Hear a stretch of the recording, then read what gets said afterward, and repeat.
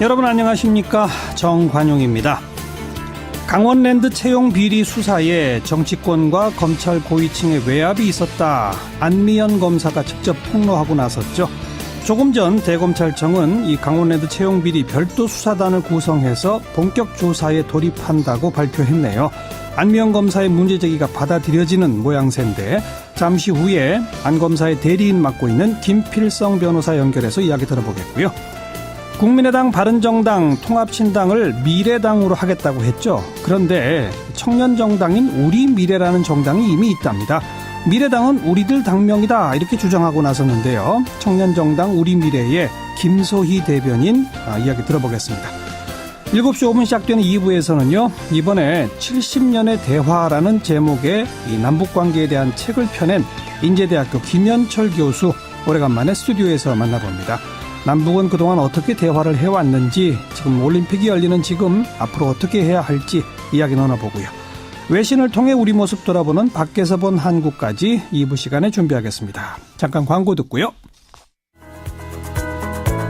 강원랜드 채용비리 수사에 정치권과 검찰 고위층의 외압이 있었다. 이 현직인 안미연 검사가 이런 폭로를 했죠.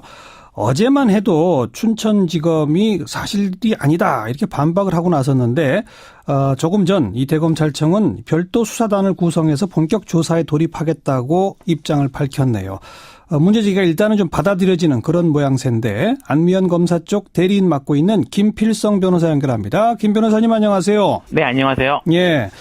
어제랑 저 상황이 다르네요. 춘천지검 차원에서는 반박하더니 대검찰청이 이제 안 되겠다고 생각한 모양이죠? 일단은 내용을 좀 더 저희가 분석을 해봐야 되겠지만, 예. 기본적으로는 저희 입장이 이제 성역 없는 철저한 수사를 요구하는 것이었는데, 그렇죠. 이 내용이 어느 정도 수용된 걸로 보입니다. 그래서 일단은 환영하고 있고요. 네. 이번 일이 이제 외압의 자유로운 수사가 되는 터닝 포인트가 돼서 잘 진행됐으면 좋겠습니다. 그 별도 수사단은 광주지검장을 단장으로 해서 이 네. 대검의 보고도 없이 독립 수사를 하게 하고 수사 결과가 나오면 외부 민간 전문가가 참여하는 수사점검위원회에서 검증까지 받겠다. 지금 이렇게 밝히고 있거든요. 네, 그렇습니다. 일단 거기까지 좀 믿음이 가시는 거죠. 예, 일단 확실히 진전된 모습이라고 생각합니다. 자, 안 검사가 폭로한 외압의 핵심이 뭡니까? 우선 첫 번째는. 일단 두 가지 정도로 정리할 수 있습니다. 예. 첫 번째 거는 이제 2017년 4월 20일경에 사건을 급하게 종결하고 기소하게 된 일이고요. 또 예. 하나는 이제 증거 목록을 삭제하게 되는 사건인데. 우선 수사 종결이 어떻게 된 거죠? 예, 거기에 대해서 잠깐 말씀을 드리겠습니다. 이게 원래 안 검사 이전에 이 사건을 담당했던 검사가 있습니다. 예. 이 검사가 2017년 1월 23일경에 대검에 불구속으로 종결하겠다고 처음에 보고를 했었는데 대검에서 반려를 해요. 그래서 구속하라는 취지니까. 그렇죠. 이 검사가 구속 준비를 하고 그다음에 당시에 검사장이 자세하게 추가 수사 사항도 직접 지시를 합니다. 예. 그리고 안 검사가 이거를 인수인계를 받는데 예. 안 검사가 이제 그 수사 스케줄을 4월 말 이후에 진행하겠다고 결재를 받아둔 상태였거든요. 예. 그런데 검사장이 갑자기 4월 17일 날, 그러니까 2017년 4월 17일 날 사건 처리에 대한 예정 보고서를 쓰라고 안 검사에게 요구를 합니다. 그래서 안 검사가 아직 수사가 안 된 상태도 불구하고 급하게 사건 처리에 대한 보고서를 썼는데 네. 이 보고서를 가지고 춘천지검 검사장이 18일 날 대검을 방문해서 총장을 만난 이후에 예. 4월 19일 날 안 검사를 다시 불러서 다음 날인 20일 날 불구속으로 그냥 기소해서 사건을 끝내보려고 요구를 합니다.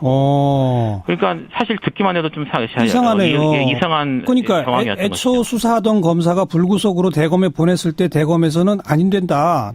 더 구속적으로 좀 수사 더 해라 이렇게 지시가 왔고 네. 춘천지검장도 더 수사하라고 지시를 했다는 거 아닙니까? 그렇죠. 그 사이에 춘천지검장이 바뀌었나요? 아닙니다. 똑같은 춘천지검장인데. 예, 그렇죠. 그런데 갑자기 이거는 빨리 종결하자. 네. 근데 그것도 대검찰청 가서 대검총장까지 만나고 와서 그랬단 말이죠? 예, 그렇게 된 겁니다. 그 며칠 사이 그 상관에 무슨 일이 있었던 겁니까? 사실 그때 당시에 안 검사는 이상하다는 생각했던 것 같습니다. 근데 이후에 이제 수사가 좀 더 진행되면서 당시에 이상한 일이 있었다는 걸 알게 됩니다. 어떤 일들이 있었던 거예요? 4월 16일경, 직전에 4월 16일경에 강원랜드 당시 사장의 최측근인 최모 씨, 그다음에 전 검찰 간부하고 그다음에 권성동 의원 보좌관 사이에 다수의 전화 통화가 있었던 사실을 확인합니다. 아하. 근데 이 최모 씨하고 권성동 의원 보좌관은 수사 과정에서 강원랜드 청탁과 관련돼 있다는 증거가 발견된 사람들이에요. 그러니까 그래 수사 대상이었던 사람이고 수사 대상이 전 검찰 간부랑 수차례 통화를 했다. 예, 그 심지어 그 전 검찰 간부는 사장의 차명폰 녹음 파일에서 언급이 된 적도 있는 사람입니다. 네. 그러니까 네. 이런 사람들이 긴밀하게 통화를 보고 이게 관련이 있다고 의심하게 된 것이죠. 예. 그리고 두 번째 증거 목록 삭제 요구는 뭡니까? 이 증거 목록 여기서 말하는 증거 목록은 작년 12월 19일 날 추가 기소된 사건에 관한 것인데요. 네. 이게 추가 기소된 다음에 그 다음 날인 20일부터 뭐 대검이나 춘천지검 간부 등이 권성동 의원 통화 내역을 영장받아 조회했냐라는 이런 내용들을 막 전화를 하기 시작을 합니다. 이제 안 검사에게. 네. 그러더니 안 검사가 수사회의에 들어갔는데 네. 권성동 의원이 통화 내역 조회한 것에 대해서 불만을 갖고 있다는 걸 자기의 상관으로부터 듣습니다. 그러고는 또 며칠 있다가 국회에서 강원랜드 수사 결과에 불만을 갖고 있다는 소리를 또 다른 루트로 듣고요. 네. 그러더니 결재권자, 그러니까 뭐 위에 부장이나 이런 결재권자들이 권성동, 염동열 의원 그리고 모 전직 검찰 간부와 관련된 증거를 모두 삭제하라는 요구를 하기 시작을 합니다. 이미 기소를 한 후인데도 불구하고 그러니까 결국 안 검사가 상관에게 계속 거부를 하다가 1월 30일경에 예. 삭제할 수 없다는 최종적 통보를 검찰 내의 메신저를 사용해서 합니다. 예. 그 메신저 캡처 내용이 지금 좀 전에 속보로 보도가 됐어요. 예. 그래서 이것만 객관적 증거로 지금 확인된 상황입니다. 알겠습니다. 네. 계속 삭제하라고 지시를 받았는데 거부한 거네요, 결국은. 네, 맞습니다. 근데 지금 쭉 말씀하시면서 권성동 의원 또 그 보좌관, 염동열 의원 이런 건 실명을 거론하시는데 네. 뭐 전 검찰 간부, 또 대검의 고위 간부, 그리고 회의석상에서 불쾌해한다는 얘기를 전한 안 검사의 상관, 뭐 이렇게는 아직 그 이름을 적적 거명 안 하셨거든요. 예, 그렇죠. 앞으로 이 별도 수사단이 재조사를 하거나 이 외압 과정에 대한 수사를 하게 되면 다 그 실명을 공개하시게 될 거죠. 뭐 여기 사실 금방 확인이 가능한 내용들이기 때문에 검찰 내부에서는 예. 확인하는 건 어렵지 않을 거라고 생각합니다. 그러니까 어떤 대검 간부가 전직 검찰 간부가 이러이러한 전화와 얘기들을 나한테 했다. 네. 이제 곧 공개가 되겠네요. 예, 그렇죠. 그러면 이 외압의 핵심이 바로 그분들이니까 그분들은 처벌 대상이 돼야 되지 않을까요? 사실 이게 그분들은 어찌 보면 외압의 피해자라고도 볼 수 있기 때문에 그 문제에 대해서는 이제 판단을 따라 봐야 될 것 같습니다. 하지만 그렇죠. 저희가 지금 생각하는 거는 이제 권성동 의원 등이 결국은 와서 이렇게 외압이 온 것이니까 예. 만약에 이것이 정말 사실로 밝혀진다면 예. 권성동 의원 등은 직권남용 또는 공무집행 방해 등이 형사처벌 대상이 될 가능성도 있습니다. 네. 권성동 의원은 안미영 검사가 이 원하지도 않는 의정부지검 발령난 것 때문에 불만을 품고 이런 식의 이 거짓 주장을 편다는 식으로 대응을 하던데 그거 어떻게 생각하세요? 그런 건 아닙니다. 사실 계속적인 외압에 시달려왔고 이제 이미 제출된 증거까지 처리하려는 비상식적인 요구를 받고 나서 예. 결국 안미영 검사가 더 이상 받지 못하고 이제 여기에 대해서 항의를 하고 이제 공개하게 된 것이어서 예. 이것이 결정적 계기였습니다. 예. 알겠습니다. 별도 수사단이 제대로 좀 수사해서 외압의 실체도 바뀔 뿐만 아니라 채용 비리 과정도 제대로 수사가 안 된 거잖아요, 결국은. 네, 맞습니다. 그것도 다시 재수사가 돼야 되겠네요. 네. 여기까지 말씀 듣죠. 고맙습니다. 네, 감사합니다. 안미연 검사 쪽 대리인 맡고 있는 김필성 변호사였습니다. 국민의당과 바른정당이 합치면서 당명을 미래당으로 하겠다고 밝혔죠. 그런데 이 청년정당 우리미래라는 당이 이미 있답니다. 가장 젊은 정당을 표방하고 있는 당이에요. 이 당은 미래당, 우리미래랑 당명이 똑같다. 이거 안 된다. 그 미래당이라는 당명을 쓰지 마라. 이렇게 주장하고 계시네요. 청년정당 우리미래의 대변인 맡고 있는 김소희 대변인 지금 스튜디오에 직접 나와 계십니다. 어서 오세요. 네, 반갑습니다. 언제 만들어진 당입니까? 작년 2010년 3월 20날 만들어진 정당입니다. 가장 젊은 정당이라니까 뭐 당원이 뭐 연령 제한이 있어요? 연령 제한이 있는 건 아닌데 2030 청년들이 주축돼서 만든 정당이고요. 네. 아마 이런 사례는 대한민국 아마 처음이지 않나. 청년당 이후에 처음이지 않나 하고 그리고 공동대표를 2030 그 청년들이 맡아서 했습니다. 그래서 대한민국 가장 네. 최연소 당대표들이 되었었죠. 지금 당원이 몇 명쯤 됩니까? 지금 한 8,000명 정도 됩니다. 8,000명? 네네. 대부분 2030 세대? 처음에 만들어질 땐 좀 그랬는데, 좀 만들어지고 나서, 저희 이제 부모님 같은 분들이, 젊은 친구들이 정치를 해야 된다 하면서. 합류하셔서. 예, 좀 나이가 좀 들었습니다. 예. 지금도 아무튼 대표나 이런 주요 당직은 젊은 20, 30대가 하고 있고. 네, 맞습니다. 작년 3월 20일이면 뭐 거의 1년 전 얘기인데, 네, 공식 당명이 청년정당 우리 미래예요? 아니면 그냥 우리 미래예요? 우리 미래입니다. 우리 미래? 네네. 우리 미래 당이 아니고? 네네네. 이렇게 해서 당명 등록을 한 거죠? 네, 지금 선관위에 공식 등록된 공당입니다. 그렇죠. 네. 근데 이제 약칭을 뭐로 쓰는지 이런 것도 등록을 합니까? 예, 원래 하는데 보통 내자고 저희는 줄이게 되면 우미당? 막 이렇게 되잖아요. 그냥 우리 미래? 예, 이게 명확하고 저희 젊은 느낌이 나서 예. 약칭을 그때 등록을 하지 않았었죠. 그럼 우리 미래하고 미래당하고 조금 다르긴 다른데요? 저는 좀 질문 먼저 드리고 싶은데 우리 미래당을 지지해주세요라고 했을 때 선생님은 어느 당인 것 같으세요? 그러네요. 네. 우리 미래당을 지지해 주세요. 그러면 우리 미래당이 될 수도 있고 우리 미래가 될 수도 우리 있는데 미래가 될 수도 예, 있고. 저희는 정말 생존이 걸린 문제여가지고 예. 하게 됐습니다. 예. 근데 중요한 건 또 안철수 대표님이 모르셨던 것도 아니거든요. 그래요? 3월 20 선관위 등록된 날 예. 저희가 김재동 씨가 지금 자문위원장님으로 계세요. 네. 정책 토론회를 했었는데 미래정치편으로 예. 그날 저희와 함께 그 정책 토론회를 해서 청년 정치 이렇게 응원한다고 안철수 대표가? 하고 가셨습니다. 작년에. 우리 미래라고 하는 당이 있다는 거를 이미 알고 계셨죠. 모를 수가 없는 거네요. 네네. 마이크 검색해보시면 우리 미래 마이크 드신 사진 나옵니다. 네. 알면서도 헷갈릴 수 있는 미래당이라는 당명을 결정했다. 네, 맞습니다. 그게 더 화가 나시는 거로.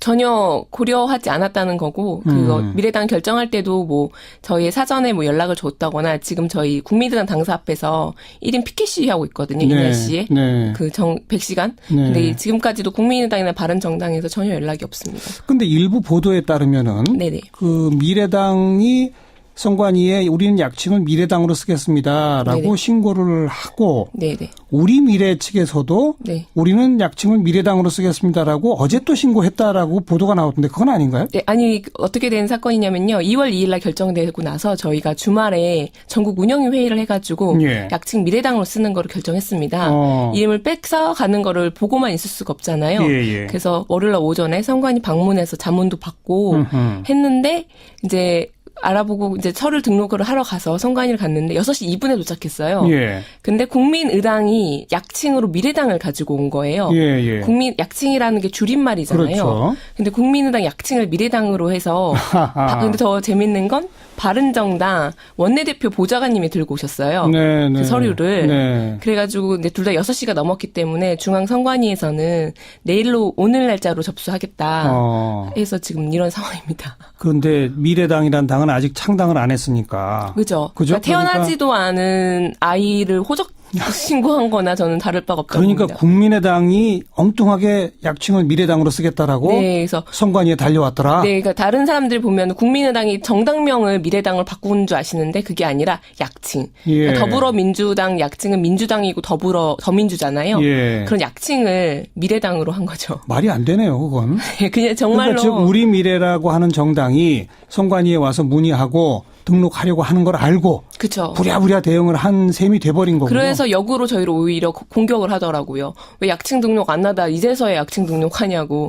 저희는 지금 저희 존재 자체를 뺏기게 생겼는데 그러면 당연히 신고하고 저희 권리를 지켜야 될 거 아닙니까? 근데 오늘 적반하장으로 우리 미래당 가지고 간다 막 이렇게 하시더라고요. 그러네요. 근데 근데 저희는 이게 단순히 이름 명칭만의 문제가 아니라 저희는 최저임금에 찬성을 하거든요. 인상에. 네. 근데 통합신당은 반대하는 걸로 알고 있습니다. 네. 이게 굉장히 정책적 노선이 정반대인 정당인데 이런 식으로 거대 정당이 갑질하는 걸로밖에 저희는 보이지 않고 있습니다. 앞으로 어떻게 대응하실 겁니까? 그래서 내일 지금 유권 해석에 들어갔고 내일 선관위에서 심의가 열린다고 해요. 그래서 그거에 따라서 어떻게 할지 좀 보여볼 거고 만약에 안 좋게 가게 된다면 가처분 소송이라든지 행정소송까지 갈 생각하고 있습니다. 그러니까 즉 미래당 쓰지 마라 이거죠? 네, 왜냐면 다른 당명을 정해라. 왜냐면 저희는 정말 이거 당명 하나 정하는데 전국 청년들이 모여가지고 심사숙고하고 100년간은 정당 만들려고 네. 한 거거든요. 네, 네. 네, 그래서 시민분들 많은 좀 관심을 좀 가주셨으면 좋겠습니다. 오는 6월 지방선거에 우리 미래에도 후보를 내실 거죠? 네, 후보 냅니다. 그러니까 저희가 처음 하는 저희 데뷔장인데 데뷔도 하기 전에 그러네요. 뿌리도 내기 전에 먹칠을 당하고 있습니다. 그 후보는 뭐 전국적으로 다 냅니까? 어떻게? 아니요, 저희가 이제 처음이다 보니까 기초의원부터 해서 예. 동네 정치부터 바꿔보자 해서 기초의원부터 준비하고 있습니다. 예. 이 우리 미래의 정책적 노선은 뭐예요? 가장 큰 4대 정책이 청년 독립, 국민 주권, 기본소득 통일 한국인데요. 그래서 청년들 문제 좀 심각한데 전 이게 단순한 청년 문제가 아니라 전 세대의 문제 집약체라고 보고 있거든요. 예. 그래서 청년 문제가 해결돼야 대한민국의 숨통이 트이고 그래 좀 더 한 발짝 나갈 수 있다. 해서 이렇게 하고 있습니다. 네, 청년 독립, 그다음 국민 주권, 통일 한국, 기본소득. 네. 통일 한국, 기본소득제. 네. 기본소득제 도입하자. 네네, 맞습니다. 상당히 진보적 성향의 네, 완전히 정당이군요. 지금 통합신당하고는 색깔 자체가 다른 네. 정당입니다. 네. 그 안철수 후보가 그 유승민 대표가 미래를 말한다. 미래를 대신하겠다 하겠는데 청년들이 직접 정치하겠다고 나섰으니까 예. 미래는 그냥 저희한테 맡겨주시고 네, 다른 정치 노선을 좀 했으면 좋겠습니다. 우리 미래가 미래를 책임질 테니 네. 안철수 유승민은 빠져라. 네. 그 두 분 한 당 하나 하루 합치고서 만들고 또 국민의당에 남은 분들은 또 민주평화당 만들고 네, 맞습니다. 이거 어떻게 보세요? 저는 이해집산에 따라서 된 거기 때문에 다른 의견할 게 없다고 봅니다. 그들만의 그 이해관계에 따라서 그렇게 된 부분이기 때문에. 각자 이해관계에 따라서 그냥 이합집산이다. 네네. 명분도 없다. 네, 근데 큰 나중 그림으로 봤을 때 다당제로 가는 거는 좋은 구도지만 네. 저런 식의 다당제도 좀 괜찮은가는 좀 생각해 볼 문제인 것 같긴 해요. 알겠습니다. 네. 어떻게 될지 저희도 함께 관심 갖고 지켜볼게요. 네, 고맙습니다. 감사합니다. 우리 미래당, 그냥 우리 미래의 김소희 대변인이었습니다. 윤태권 실장 어서 오십시오. 네, 안녕하세요. 마이클 펜스 미 부통령, 아베 일본 총리, 북한의 김영남 상임위원장, 정말 거물급들이 평창에 다 모이는데 조금 분위기는 껄끄러울 것 같아요. 이게 뭐 화기애애한 게 아니라요. 예, 예. 신경전 분위기고 그러니까요. 뭔가 우리가 중간에 끼인 듯한 느낌이 들어요. 예.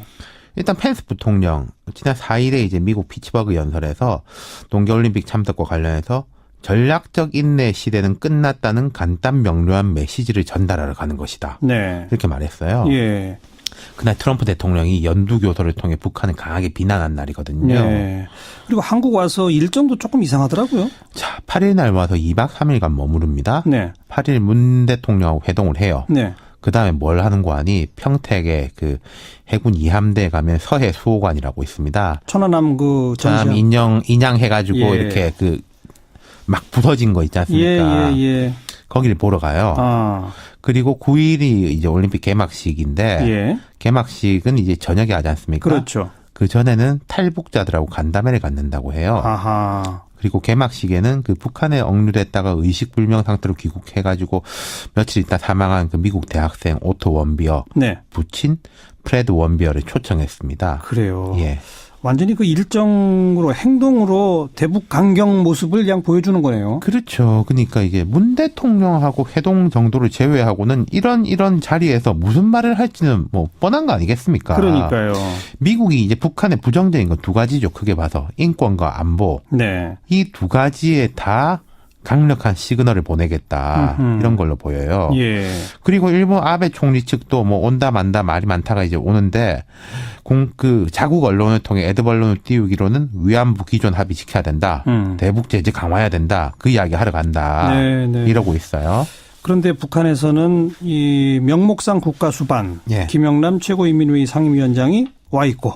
그렇죠. 그리고 지금 북한 예술단이 탄 배 만경봉호. 예. 오늘 이제 동해안 묵호항에 정박을 했죠. 지금 도착했죠. 예, 여기서 이제 숙식을 한다는 건데. 예. 이것도 참 우리 입장에서는 껄끄러운 게 원래 육로를 통해 가지고 우리가 마련해준 숙소에서 머무르는 것으로 협의가 되고 있었어요. 네. 근데 일방 통보 만경봉호로 간다. 그 만경봉호로 바꾸게 된 그 의도가 뭘까요, 북한이? 두 가지인 것 같아요. 내부적으로 보면 이 대규모 인원 관리를 하는 면들, 또 예. 이제 젊은 이제 뭐 응원단이라든지 이런 게 있으니까 좀 우리 문물이랄까요? 이런 데 하고 이제 접촉면을 최소화시키겠다. 내부 관리가 있는 것이고, 또 하나는 원래 북한 선박이 입항하는 것은 대북제재 위반입니다. 오이사조치 위반이죠. 근데 정부는 예외로 인정하겠다. 그렇죠. 올림픽 계기로 이제 예외로 이제 인정을 받았다. 우리 정부가 이제 미국하고 협의를 한 것 같은데, 어쨌든 북한 입장에서는 올림픽을 계기로 해서 예외를 만들어 놓는 거죠. 그러네요. 네. 우리 입장에서 보면요, 서울 기준으로 서해 평택에는 미 부통령이 천안함에 가고, 동해에는 만경봉호가 이제 떡하니 정박해 있고, 이런 형국이 돼 있는 거예요. 뭐 올림픽이고 뭐고, 북한은 북한이 의도하는 대로 대북 제재 예외 조치 만들기 위해서 활용하는 거고, 미국, 일본은 각자 자기 하고 싶은 얘기 하러 한국에 오는 거고. 그런 셈이네요. 이게 뭐 우리를 좀 배려하는 모습이 아니라, 우리를 사이에 두고 힘겨루기를 하고 자기들의 좀 이제 정치적인 발언, 뭐 이런 걸 이제 하기 위한 장으로 삼으려는 그런 느낌도 들어요. 느낌이 아니라 확실히 그러네요. 그렇죠. 자, 우리 지금 예측을 해보죠. 8일 올림픽 개막 전날이지 않습니까? 막 전야제로 해가지고 우리는 이제 축제 분위기여야 되잖아요. 북한은 열병식 하죠, 그날. 펜스 부통령은 천안함 방문. TV 뉴스에 올림픽 전날에 이게 막 나올 거예요. 이 국제관계란 게 피도 눈물도 없는 힘겨루기지만 이 좀 다들 너무하는 거 아닌가. 그런 생각이 저는 들고, 이렇게 되면 또 뭐냐, 이른바 남남 갈등, 얼마나 이게 촉발하기 쉬운 이 화약에다 불을 붙이는 행동입니까? 지금도 보면 그 묵호항 앞에서는 이른바 태극기 부대 이제 집회를 강하게 하고 있는 것 같아요. 그럼 또 이제 펜스 부통령 올 때 또 그쪽에 대해 가지고 환영하는 사람도 있고, 또 막 이 항의하는 사람도 있고 그렇지 않겠어요?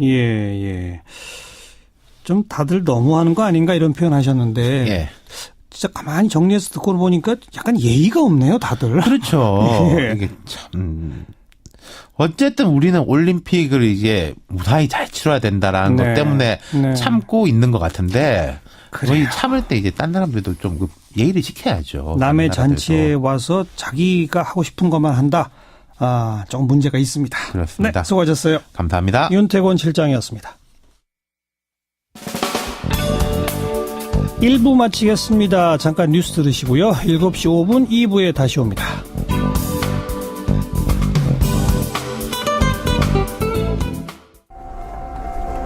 오늘 하루 화제가 된 뜬 뉴스들부터 정리해드립니다. CBS 김효은 기자 어서 오세요. 네. 오늘 첫 번째 뜬 뉴스는요? 네, 혹시 2016년에 우리나라 신혼부부들이 가장 많이 선택했던 허니문 장소가 어딘지 아십니까? 모르겠는데요. 네, 몰디브입니다. 몰디브? 네, 인도양에 있는 섬나라인데요. 그림 같은 풍경 때문에 신혼여행지로 인기가 매우 높습니다. 그런데 이 몰디브에 국가 비상사태가 선포됐다고 해서 오늘 하루 종일 실시간 검색 상위권에 올랐습니다. 국가 비상사태요? 네. 왜요? 현지 시간으로 5일 압둘라 야민 몰디브 대통령이 15일간의 비상사태를 선포했습니다. 최근 몰디브 대법원은 전직 대통령을 포함해 유죄 판결을 받았던 반체제 인사 9명을 석방하고 의원직을 상실한 야당 의원 12명의 복직을 명령했는데요. 네, 야민 대통령이 대법원의 명령을 거부하고 비상사태까지 선포한 겁니다. 그럼 이제 어떻게 되는 겁니까? 네, 외신에 따르면 군경이 대법원장과 대법관을 체포했다고 하고요. 네, 야민 대통령의 이복 형제인 가윰 전 대통령도 평소 야당 편에 섰다는 이유로 체포됐다고 합니다. 네, 일단 비상사태가 선포되면 사전 영장 없이 수색이나 압수, 체포, 구금이 가능하다고 합니다. 강력한 독재 국가군요. 네. 지금 우리 교민이나 여행객 피해는 없어요?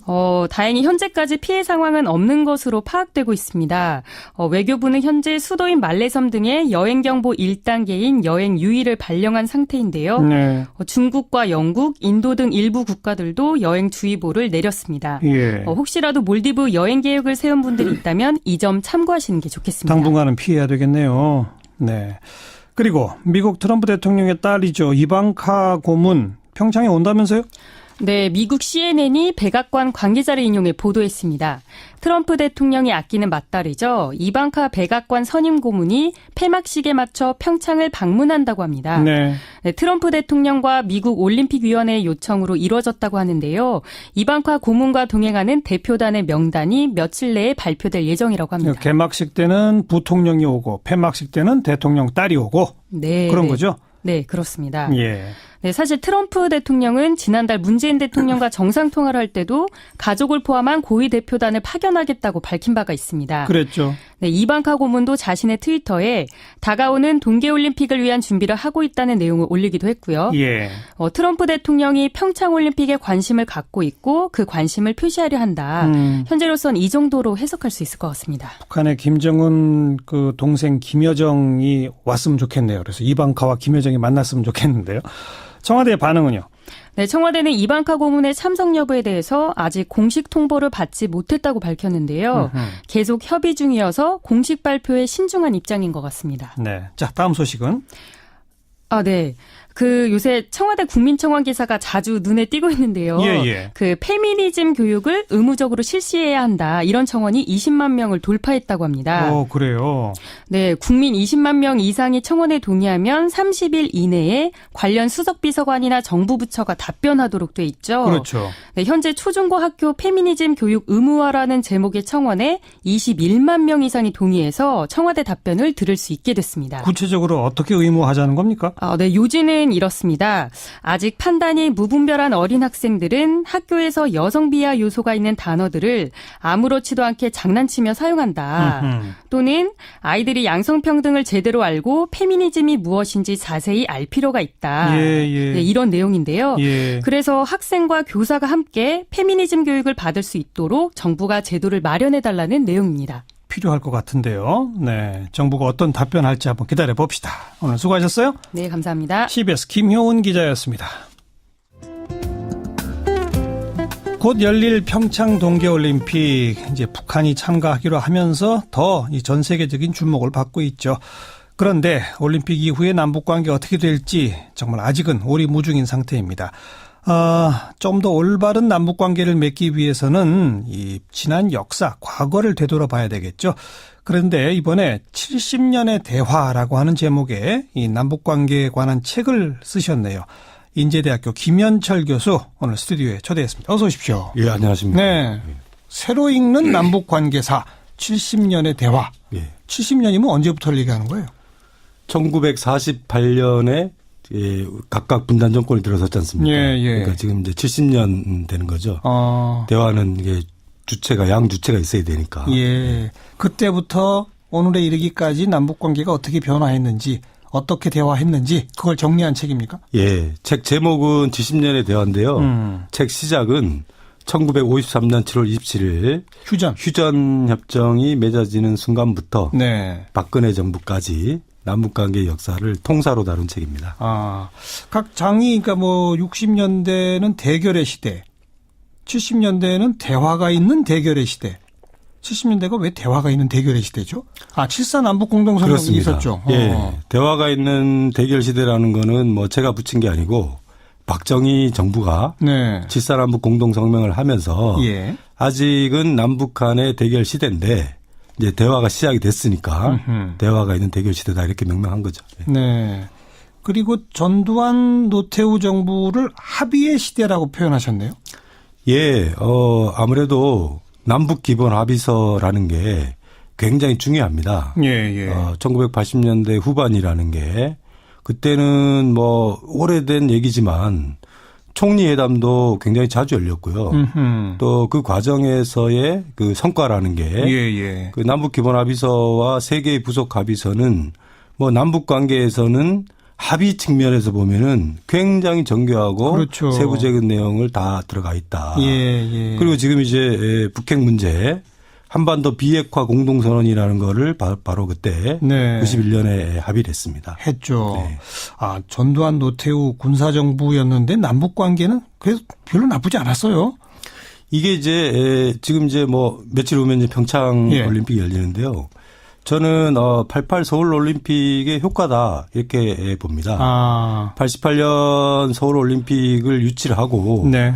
결국에는 올림픽을 성공시키기 위해서는 사회주의권이 참가를 해야 되거든요. 그렇죠. 80년 모스크바 올림픽은 서방권이 불참했고, 예. 84년 LA 올림픽은 사회주의 국가가 불참을 했기 때문에 반쪽 올림픽이었죠. 그렇죠. 그러니까 전두환 정부 입장에서는 어떻게 해서든지 올림픽을 성공시키기 위해서는 사회주의권을 참가시켜야 되고, 예. 그래서 북방 정책을 전두환 정부에서 시작을 한 겁니다. 그렇죠. 네, 그래서 이제 노태우 정부 때 이 중국과 북한, 소련과 다 수교도 하고 그랬었죠. 예. 그래서 그때도 보면은 전두환 정부가 83년에 아웅산 사태를 겪었음에도 불구하고 84년에 이제 북한의 수해 물자를 받거든요. 네. 그래서 남북 회담을 하는 목적도 결국에는 올림픽의 성공적 개최와 연관돼 있다.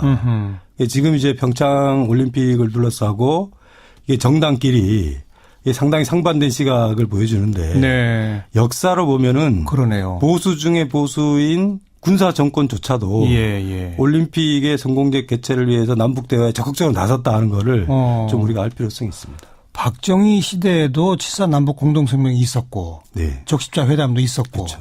전두환 노태우 정부 때도 북방 정책과 이런 관계들이 있었다.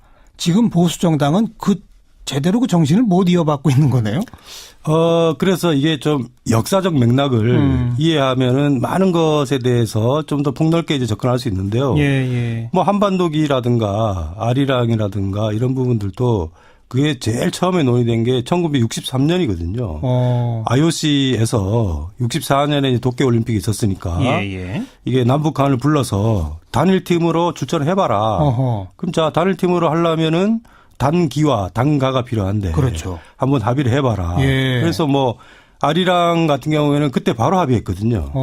한반도기는 그때는 뭐 여러 가지 좀 다양한 디자인이 있었어요. 네네. 근데 역사적으로 보면은 박정희 정부 때 이 한반도 지도를 넣는 형태의 합의를 한 거고 노태우 정부 때 현재 한반도기를 합의한 거 아니겠습니까? 그렇죠. 그러니까 이거는 이념적으로 접근할 문제는 아닙니다. 네. 진보 보수의 문제도 아니고요. 네. 예. 실용적으로 접근해야죠. 예, 안타깝습니다. 그다음에 김영삼 정부 때를 공백의 5년이라고 부르셨네. 예, 제가 10년 단위로 이렇게 평가를 했는데 이게 김영삼 정부 5년을 따로 이렇게 다룬 이유가 몇 가지가 있습니다. 첫 번째는 뭐 아쉬움이죠. 왜냐하면은 김영삼 정부 때라는 게 일종의 전환기죠. 문민정부. 그리고 북핵 문제가 막 발생했던 그렇죠. 시점이고 김일성 주석이 사망한 시점이고. 그러네요. 대체로 이제 다른 국가들을 보면은 1세대가 죽었을 때 관계의 성격이 좀 바뀌거든요. 네네. 그러니까 우리가 한번 분단 시대를 매듭지을 수 있는 그런 기회들을 적극적으로 살리지 못했다. 이런 부분들이 좀 많이 아쉬웠고요.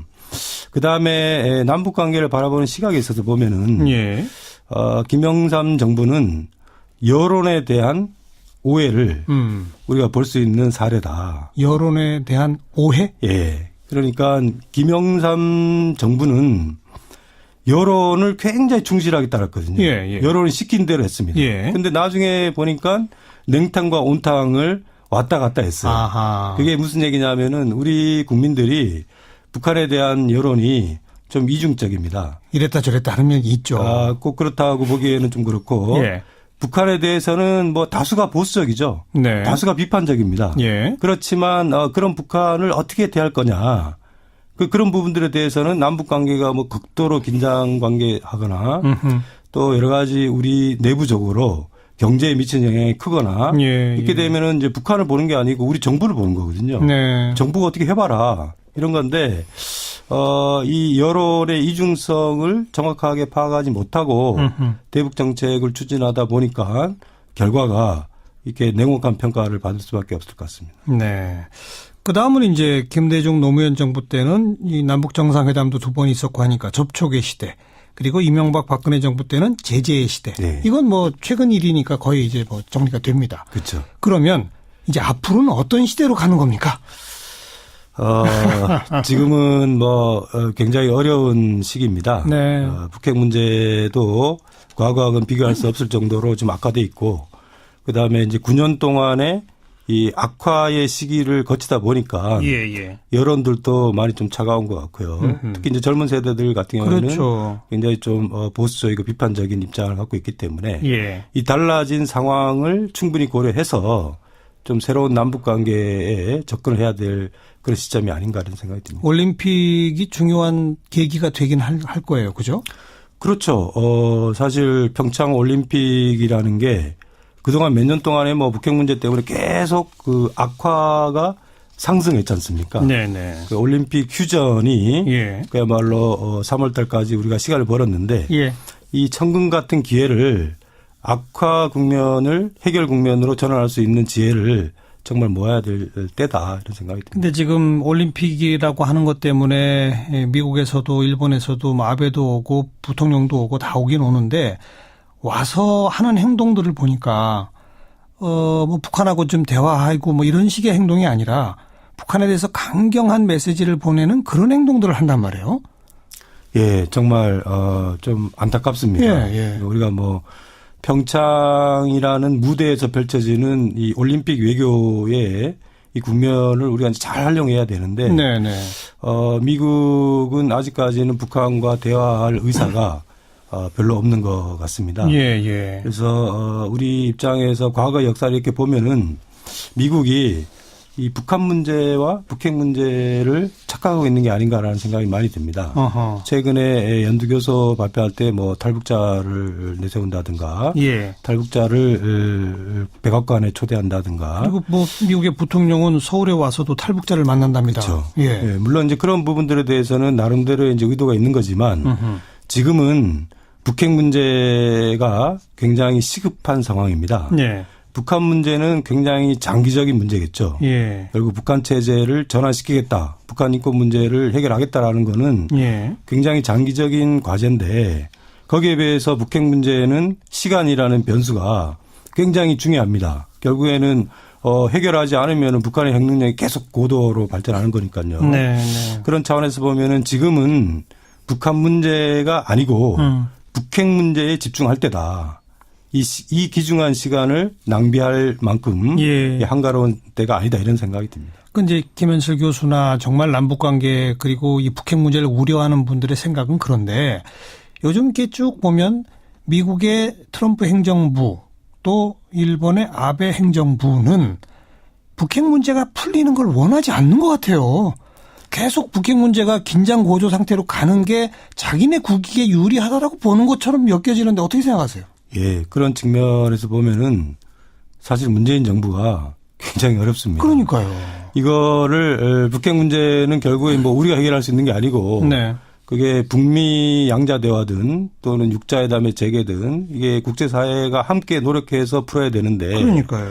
이게 북핵 문제 해법을 모색해야 되는 이 중요한 시점에 그런 그 협상의 가능성, 이 대화의 중요성 이런 부분의 인식이 좀 약한 거는 좀 많이 안타깝습니다. 아니 그 정도가 아니라 일본은 북핵 문제의 위기가 고조되면 될수록 자기네가 원하는 이 헌법 개정이라든지 이런 데 또 이 자위대의 군비를 강화시키고 이런 데 좀 더 유리한 국면이 오니까 그러니까 북핵 문제가 풀도록 일 역할을 담당하겠다가 아니라 조금이라도 풀릴 것 같으면 방해하는 정도로 저는 느껴지거든요. 맞습니다. 그러니까 이게 외교를 관계로 생각하지 않는 거죠. 국내 정치로 생각하는 겁니다. 그러니까 관계로 생각하지 않으니까 상대방을 설득한다든가 아니면 어떤 합의를 이룬다는 이런 거에도 별로 관심이 없는 거죠. 그러니까요. 그래서 국내 정치적 효과만 집중한다면은 사실은 북핵 문제는 풀기가 어렵죠. 이게 남북 관계 역사도 보면은 이게 관계로 접근했을 때는 그래도 나름대로 협상이 이루어지고 문제를 해결하기 위한 시도들이 나타나는데 관계에 대한 생각이 없으면은 그냥 국내 정치적으로 활용하는 겁니다. 그러니까요. 그렇게 되면은 당연히 남북 관계가 개선될 수가 없고 북핵 문제 같은 현안들을 해결할 수가 없는 거죠. 미국도 비슷한 거고요. 미국도 제가 보기에는 이제 아마 11월 달에 중간 선거가 있으니까 그 중간 선거를 염두에 두고 지금 미국 국민들이 대부분 좀 보수적인 네. 여론에 네. 그냥 올라타 버리는 거 아니겠습니까? 예. 그렇지만 제가 아까도 말씀드렸지만은 여론이라는 거는 결국에는 문제를 해결해야만 지속적인 지지를 얻을 수가 있습니다. 네, 네. 결국 이렇게 단기적인 정책 이해를 쫀다면은 나중에 후회할 수 있을 거다 이렇게 봅니다. 미국, 일본이 그런 식으로 한다는 걸가 딱 눈에 보이니까 중국, 러시아도 또 적극적 역할을 하는 게 아니라 오히려 이 과거 냉전 시대와 같은 식의 그런 대립구도 쪽으로 가는 그런 양상이 보여지고 있어서 정말 답답한 건 우리 아닙니까? 네, 일단은 우리는 이번에 이제 평창에 고위급 대표단이 내려옵니다. 예. 이 고위급 대표단과의 이 접촉을 통해서 이게 미국을 설득할 수 있는 실마리를 우리가 어떻게 해서든지 좀 찾아야 될 것 같고요. 네. 그런 실마리를 찾아서 양쪽을 왔다 갔다 하면서 이른바 이 창의적 중재가 굉장히 중요하지 않겠나 그런 생각을 해봅니다. 창의적 중재. 예. 근데 중재라고 하는 게 양쪽이 좀 받아들이고 싶어하는 마음이 있어야 이게 가능한 건데. 근데 저도 이 책에서 좀 이렇게 써놨지만 네. 우리가 이제 과거에도 부시 행정부라든가 미국이 굉장히 강경한 대북 정책을 추진했던 시기들이 있었습니다. 예, 예. 우리가 그런 과정에서 이제 중재를 했던 경험들이 있는데요. 이런 이중적인 상황에서는 신호 자체가 이게 굉장히 모순적이거든요. 네. 북한도 긍정적 신호도 있지만 부정적 신호가 있고 미국도 긍정적 신호는 적지만 부정적 신호가 많고 이런데 우리가 이제 이 섞여 있는 신호들 중에서 긍정적 신호들을 뽑아갖고 예. 살을 붙이고 예. 논리를 만들고 예. 그거를 다른 쪽에 얘기를 하고 또 다른 쪽에 그 긍정적 신호들을 다시 받아갖고 살을 붙이고 네. 논리를 만들고 네. 이렇게 해서 왔다 갔다 하면서 이제 만들어 봐야죠. 아이고, 아무리 어려워도 또 안 할 수 없는 과제니까. 이 책에 우리 김 교수는 남한과 북한은 거울 앞에 서 있다 이렇게 표현하셨던데 무슨 뜻이에요, 그게? 이게 남북 관계를 바라보는 시각 자체가 보면은 굉장히 수동적으로 바라보는 시각들이 지배하는 것 같아요. 북한을 보는 거죠. 네. 북한이 대화하자면 대화하고 예. 대결하자면 대결하고 북한이 변해야 남북 관계도 변하고 북한이 변해야지 북핵 문제도 변한다. 이거는 사실 역사적으로 보면은 근거 없는 얘기입니다. 그래요. 우리가 항상 대화나 협상이라는 게 북한이 능동적 주체가 아니고 예. 우리가 능동적 주체일 때 바뀐 거죠. 우리가 남북 관계를 한번 풀어봐야겠다. 북핵 문제를 한번 풀어봐야겠다. 네. 이렇게 적극적으로 능동적 자세를 취했을 때 아하. 결국 이제 문제를 푸는 건데 제가 거울의 비유를 든 거는 결국 거울 앞에서 내가 웃어야지 거울 속에 사람도 웃는 거고. 그렇죠. 예. 그런데 나는 욕을 하고 침을 뱉으면서 예, 거울 앞에 상대를 왜 도발하냐 하는 거는 사실은 많지 않습니다. 예, 내가 예. 주체고 거울 속의 모습은 객체지 않습니까? 그렇죠. 결국 내가 먼저 움직여야지 거울 속에 있는 모습도 바꿀 수가 있는 거죠. 예. 전두환 정부 83년 아웅산 테러로 정말 목숨을 위해 위협을 느꼈던 상황 아니겠습니까? 그렇죠. 근데 그 다음 해 서울에 물바다가 나고 수해를 입었을 때 북한이 보내주는 쌀을 받았다. 네. 그러니까 그런 그 심각한 대결 국면으로 갈 수도 있는 상황에서 우리가 먼저 웃었더니 뭔가 결과가 오더라. 그렇습니다. 그거로군요. 예. 김대중 정부도 마찬가지고요. 예. 노무현 정부도 마찬가지고. 네. 근데 남북 관계가 악화됐던 시기에 공통점이 있습니다. 대부분 다 먼저 행동하지 않고 기다리는 거죠. 남 탓하면서. 그렇죠. 서로 기다리는 탓하면서. 거죠. 예. 기다린다라는 건 결국에는 북한 붕괴론이지 않습니까? 네. 압박과 제재를 하면은 북한은 붕괴할 거다. 이렇게 하면은 당연히 관계가 좋아질 리가 없죠. 거울 앞에 서 있다라는 자세로 풀고 싶으면 나부터 웃자. 이게 결론이라고요. 그렇습니다. 오늘 좋은 말씀 잘 들었습니다. 고맙습니다. 네, 고맙습니다. 70년의 대화라는 책을 들고 오신 김현철 교수 함께 만났습니다. 사운드 오브 뉴스 시간입니다. 김민아 기자 어서 오세요. 안녕하세요. 오늘 들어볼 소리는요. 검찰 내 성추행 사건 진상조사단 조사에 이문정 검사가 출석을 했는데 어떤 얘기를 했는지 들어보시죠. 이 사태가 뭐 서지영 검사님이 취행, 뭐 여검사들 내지 여수사관이나 여신무관들의 취행 이 문제는 아니고 김웅영 검사의 사태도 그렇고 안미영 검사의 사태도 그렇고 업무적으로나 업무 외적으로 간부들이 그래서 결국 검찰이 브레이크가 파열된 장치로 폭주했다고 생각을 하는데요. 거시적인 안목에서 공수처 도입이라든가 검찰개혁 전반으로 좀 확대해서 좀 도와주셨으면 그렇지 않으면 성폭력은 근절되지 않습니다.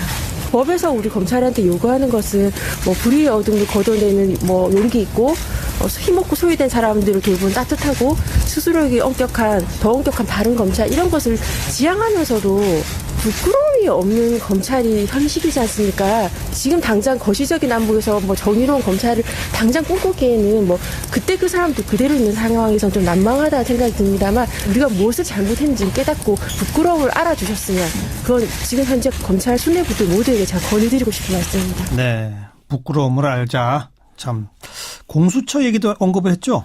그렇습니다. 오늘 조사에 임은정 검사 출석한 이유는 안태근 전 검사장이 성추행을 한 사건 당시에 법무부 검찰국장이었던 자유한국당 최규일 의원이 사건을 무마하려고 했다. 이 주장을 했기 때문 아니겠습니까? 그렇죠. 그러니 물론 이제 당사자에 대한 조사나 처벌을 해야 되겠지만 제도적 대책이 없으면 이런 방식으로 성폭력이 반복되고 검찰 내 자정 기능이 작동하지 않는다. 이 얘기를 지금 하고 있는 거죠. 그렇기 때문에 공수처 같은 게 필요하다는 건데 지금도 사실 조사단장을 맡고 있는 사람이 조희진 서울 동부지검장 아니겠습니까?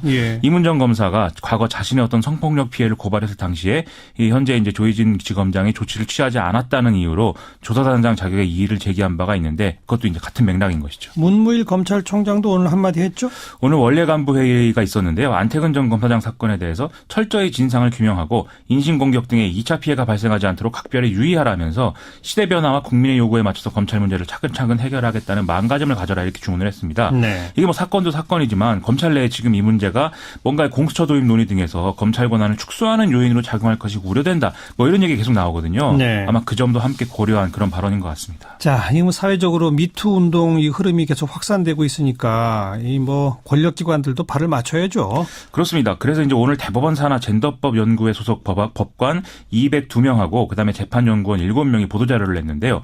검찰 내 성추행, 성희롱, 성차별 문제가 공론화되고 뒤늦게나마 해결을 위한 노력이 시작된 것을 환영한다 하면서도 법원 역시도 성추행 등의 피해에 대한 엄정한 조사와 징계, 피해자 보호 절차 등의 부족함이 없었는지 자성한다. 이렇게 얘기를 하고 있습니다. 네. 최근에 민중기 차기 서울중앙지법원장이 2014년에 성희롱 발언을 한 사건이 이게 화제가 되기도 했는데 이게 이제 법조계 내부에 만연한 이런 성차별적 이런 문제적 의식이 드러난 것이 아니겠느냐라는 얘기 아니겠습니까? 예. 또 언론도 지금 여기서 자유롭지 않은 상황이라는 걸 우리 모두가 알고 있기 때문에 좀 스스로 반성하는 모습을 함께 또 보여야 될 것 같습니다. 네, 다음 뉴스요. 법무부 검찰과거사위원회가 과거 인권침해와 검찰권 남용 의혹이 있는 12개 사건을 1차 사전조사 대상으로 선정을 해서 오늘 공개했습니다. 이 사건들은 검찰 및 법조비리, 간첩 조작 관련 사건 등의 일정한 유형별 사건을 시대별로 또 쟁점별로 나누어서 선정을 했고 그리고 이제 꾸준히 의혹이 제기되는 사건 역시도 같이 선정을 한 것으로 설명을 하고 있습니다. 12개 사건이라고 그랬는데 어떤 사건들이에요? 먼저 2008년에 MBC PD수첩의 광우병 보도 관련 수사가 있는데요. 네. 당시 PD수첩이 미국산 쇠고기와 광우병의 어떤 연관성 이런 것들에 대한 내용을 방송을 하니까 청와대가 제작진을 고소한 바 있죠. 네. 그런데 당시 수사를 진행하던 검사가 갑자기 사표를 쓰고 검찰을 떠나는 이런 일도 일어났습니다. 이게 상부의 어떤 부당하고 무리한 지시이기 때문이 아니었느냐라는 의혹이 당시에도 제기됐는데 이게 안 풀렸으니까 이제 이걸 봐야 된다는 것이고요. 그때 PD수첩팀을 구속까지 시켰죠? 그렇습니다. 근데 다 무죄 났었죠? 그렇습니다. 그리고 이제 2012년에 서울시 공무원 간첩 조작 사건 이것도 이제 사전조사 대상에 포함이 되어 있는데요. 이것도 공안당국이 탈북자 출신 서울시 공무원을 간첩이라고 기소를 했는데 당시 재판에 허위 증거가 제출돼서 여러모로 이제 얘기가 나왔고 검찰이 이 과정에서 모종의 역할을 했다 이런 의혹들이 나왔기 때문에 분명히 역할을 했죠. 그렇죠. 조사가 불가피하다는 것이죠. 그 외에도 박근혜 정권 초기에 김학의 법무부 차관의 성접대 사건 이게 위야무야 됐죠. 위야무야 됐죠. 그렇습니다. 그리고 또 요즘에 한참 화제가 되고 있는 2010년도 청와대 및 국무총리실의 민간인 불법 사찰 의혹 이것도 이제 사전조사 대상에 포함이 되어 있습니다. 또 어떤 게 있습니까? 이제 좀 더 오래전에 좀 역사적 사건들도 조사 대상에 포함된 그런 측면이 있는데요. 1985년 김근태 고문 사건 이것은 이제 민청년 의장이라는 이유만으로 대공분실에 끌려가서 고문을 당한 그런 사건 아니었습니까? 그렇죠. 이게 계속 이제 이어져서 나중에 가서는 뭐 박종철 이 사건까지 맥락이 이어지는 것인데 이 두 개 사건이 다 이제 조사 대상에 포함이 되어 있습니다. 그 외에도 형제복지원 사건, 강기훈 유서대피 사건. 형제복지원 사건 포함됐어요? 그렇습니다. 다행이네요. 이런 것들이 포함되어 있고 또 이제 그 검찰과 경찰 어떤 수사 간의 혼선 이런 것들이 드러난 삼례 나라 슈퍼 사건, 약촌 오거리 사건 이런 사건들도 건설도 마찬가지로 포함이 되어 있다고 합니다. 네, 일단 대상은 정해졌는데 제대로 조사가 좀 이루어지길 바라고요. 다음 뉴스요. 오늘 민주평화당이 공식 창당대회를 열었습니다. 조배숙 의원을 초대 당대표로 선출을 했고요. 애초에 뭐 대표 가능성이 있다라고들 얘기를 했었지만 김경진 의원은 상임 선대위원장을 맡는 것으로 이제 결정이 났습니다. 창당 선언문에서 민생 정치 실천을 제1의 목표로 삼고 햇볕 정책을 계승 발전시켜서 한반도 평화를 실현하겠다. 이렇게 이제 밝혔고요. 또 다당제 기반의 합의 민주주의 실현과 정치혁명에 앞장서겠다. 철저한 적폐청산과 국가 대개혁으로 촛불 시민혁명을 완성하겠다. 이렇게도 밝힌 상황입니다. 네, 촛불 시민혁명 완성. 어찌 보면 더불어민주당하고 비슷하네요, 정말. 지금 그렇기 때문에 여러 가지 이제 뭐 분석과 전망 이런 것들이 막 쏟아져 나오고 있는데요. 예. 오늘 또 창당대 이 광경을 보면 더불어민주당과 정의당에서는 원내대표가 참석을 했고요. 예. 국민의당 바른정당에서는 뭐 이게 결국 당을 쪼갠 것이기 때문에 어떤 좀 적절하지 않다고 생각했는지 안 왔습니다. 오기도 그렇겠죠. 그렇죠. 예. 자유한국당의 경우에는 좀 원내대표급으로는 볼 수가 없는 김명현 전략기획부총장이 왔는데요. 네. 어찌됐건 뭔가 진보 대 보수 뭐 이런 구도 속에서 어떤 그런 구도를 연상하게 할 수 있는 그런 광경이 좀 있었다는 것이죠. 그래서 이제 정치권에서는 계속 얘기가 나오는 것이 더불어민주당, 정의당, 민주평화당 그리고 기타 정당 소속의 의원들을 다 합쳐서 국회 과반을 넘기는 어떤 개혁연대 이런 것을 만드는 게 가능하다면 예. 정부 여당으로서는 국정 운영에 유리한 고지를 갖고 갈 수 있지 않겠느냐 이런 얘기 이제 하는 것이거든요. 예. 만약에 그러려면 민주평화당이 19석 정도는 이 자기 방침대로 표결을 좌우할 수 있어야 된다. 이런 계산이 나오는 상황이어서 예. 이게 가능하냐 이 관심이 좀 쏠리고 있습니다. 근데 아무튼 현재로서는 교섭단체가 안 되잖아요. 그렇습니다. 그러니까 뭐 정의당하고 합쳐서 교섭단체 구성하는 이런 얘기도 나오나 봐요. 그렇습니다. 이게 국민의당에서 지금 비례대표 의원 3명을 놔주지 않고 있기 때문에 자체 교섭단체 구성이 사실상 어렵죠. 네. 그러다 보니까 6석을 갖고 있는 정의당하고 공동교섭단체를 구성하면 어떻겠느냐 이런 아이디어들이 이제 얘기가 되고 있는 겁니다. 이 양당의 뿌리와 지향은 워낙 다르기 때문에 쉽지는 않을 거다라는 게 대략의 중론이긴 한데요. 2008년의 사례를 보면은 자유선진당하고 창조한국당이 선진과 창조의 모임 이렇게 해서 이제 공동교섭단체를 구성한 예가 있거든요. 네네. 그런데 이게 또 성과가 그렇게 크지는 않았다라고들 평가를 하고 있습니다. 그래서 이번에도 좀 다르겠느냐 과연 뭐 이런 좀 회의론이 나오는 게 사실입니다. 네. 민주평화당과 정의당도 아직은 말을 아끼는 분위기고요. 하지만 계속 이 얘기가 이제 뭐 나오는 것은 물밑에서는 어떤 얘기들이 오가고 있을지 가능성 배제 못한다 뭐 이런 상황이라는 거겠죠. 실제 추진이 가능할까요? 크게 두 가지 문제에서는 양당이 입장을 같이 할 수 있는 부분이 있는 것 같습니다. 하나는 정치개혁 문제인데요. 개헌정국이 이제 올 텐데 이게 다당제 구도를 또 분명히 하는 선거제도 개혁 이런 것들이 추진될 가능성이 있지 않겠습니까? 예. 여기서 이제 두 당의 이해관계가 겹치는 부분이 있고요. 또 하나는 대북 문제입니다. 앞에서 보듯이 민주평화당은 햇볕 정책의 계승자라는 점을 지금 명확히 하고 있는데 같이 볼 게 오늘 노회찬 원내대표가 비교섭단체 연설을 했는데 어떤 경우에도 전쟁을 반대한다는 북한에 대한 선제 공격 반대 결의안을 국회가 채택하자 이런 주장을 상당히 공세적으로 또 내놨거든요. 예. 즉 이런 것들이 좀 접점이 될 수는 있겠다. 뭐 이런 전망은 가능하다는 것입니다. 지켜봅시다. 다음 뉴스는요? 오늘 국회에서 경제 분야 대정부 질의가 진행이 됐습니다. 최근 국민 경제하고 직접적으로 연관이 있는 문제 때문에 여론들이 요동치고 있는 상황이기 때문에 야당은 이것에 대해서 정부 여당이 상당히 강하게 좀 날을 세우는 그런 모습이었습니다. 자유한국당의 경우는 최저임금 인상 그리고 소득주도 성장과 같은 정책으로 중소기업인과 소상공인들이 극한 상황으로 내몰리고 있다. 이렇게 얘기를 하면서 문재인 정권의 어떤 핵심 경제 철학 이런 것들을 강하게 비판을 했고요. 네. 국민의당 역시도 일자리 안정자금이 오히려 사회보험의 부담을 높여서 자영업자들의 부담을 가중시키고 있다. 이렇게 비판하기도 했고요. 또 가상화폐에 대한 정부 정책 역시도 문제 삼는 모습을 보였습니다. 또 야당들은 부동산 정책에 대해서도 부동산 정책은 없고 부동산 정치만 있다. 이런 비판을 제기하기도 했는데요. 좀 이런 여러 가지 비판 내용들은 참여정부 말기를 좀 떠올리게 하는 측면도 있는 것 같습니다. 어쨌든 지방선거를 앞둔 상황이기 때문에 이 영향을 또 야당도 고려하고 있는 그런 상황이 있겠죠. 정부의 답변은요? 일단 최저임금 문제에 대해서는 김동연 부총리가 2020년까지 최저임금 1만 원을 달성한다는 등의 목표에 대해서는 뭐 신축적으로 판단하고 있다. 그리고 현재 최저임금 인상으로 인한 충격은 충분히 흡수할 수 있다고 본다. 이렇게 얘기를 했습니다. 예. 그리고 이제 최저임금 산입 범위에 뭐 들어갈 것이냐 이 논란에 대해서는 개선이 필요한 상태라는 점까지는 인정을 한 그런 상황이고요. 상여금을 포함하느냐 마느냐 이거죠. 그렇습니다. 예. 그리고 부동산 문제에 대해서는 정부의 규제 정책의 효과는 이제 더 지켜볼 문제고 전국적으로는 부동산 가격이 안정된 상태지만 강남 재건축 지역 일부에 투기 자본이 진입한 것이 문제라는 인식 이걸 유지하고 있다. 이 점을 좀 드러낸 그런 상황입니다. 예. 그리고 논란이 되고 있는 초과이익 환수 이것에 대해서도 뭐 위헌은 아니다라는 점을 분명히 했고요. 예. 가상화폐 관련 정책의 경우에는 이낙연 총리가 기존 방향을 다시 한번 좀 명확히 밝혔는데요. 불법 행위는 차단하고 과열된 투기는 진정을 시키지만 블록체인 포함 관련 기술은 육성하겠다. 이런 내용입니다. 네, 수고하셨습니다. 고맙습니다. 김민아 기자였습니다. 외신에 보도된 우리 모습 살펴보는 밖에서 본 한국입니다. 국제문제평론가 인문결연구소의 임상훈 소장 어서 오세요. 네, 안녕하십니까. 오늘 어떤 소식부터 볼까요? 네, 삼성전자의 이재용 부회장의 석방 소식에 많은 외신들의 반응이 쏟아졌습니다. 네. 일단 영미권 언론들의 보도가 주로 많았고요. 사실관계를 전하는 보도들이 일단은 줄을 이뤘습니다. 바로 어제 있었던 일이니까. 그렇죠. 예. 며칠 지나면 이제 뭐 분석 기사라든가 또 유럽의 다른 언론들도 보도가 나올 것 같은데. 예. 일단 미국의 월스트리트 저널이 어제 날짜 기사에서 이번 이재용 부회장의 석방은 한국의 개혁이 난항을 겪고 있음을 보여준다. 이렇게 말하면서 겉으로는 단호한 듯한 보이다가 곧바로 봐주는 태도로 바뀌는 그런 악순환이 또 반복됐다. 이렇게 보도를 했습니다. 예. 워싱턴 포스트는 이번 집행유예 판결에 대해서 한국이 2년 동안의 큰 변화에도 불구하고 정경유착은 근본적으로 바뀌지 않았음을 보여주는 징조로 보는 시각이 지배적이다. 이렇게 보도를 했고요. 네. 영국의 파이낸셜 타임스는 한국 내부의 반응을 전하고 있는데요. 이번 판결은 한국 정부의 대기업 개혁에 반하는 것이라는 비판이 있다.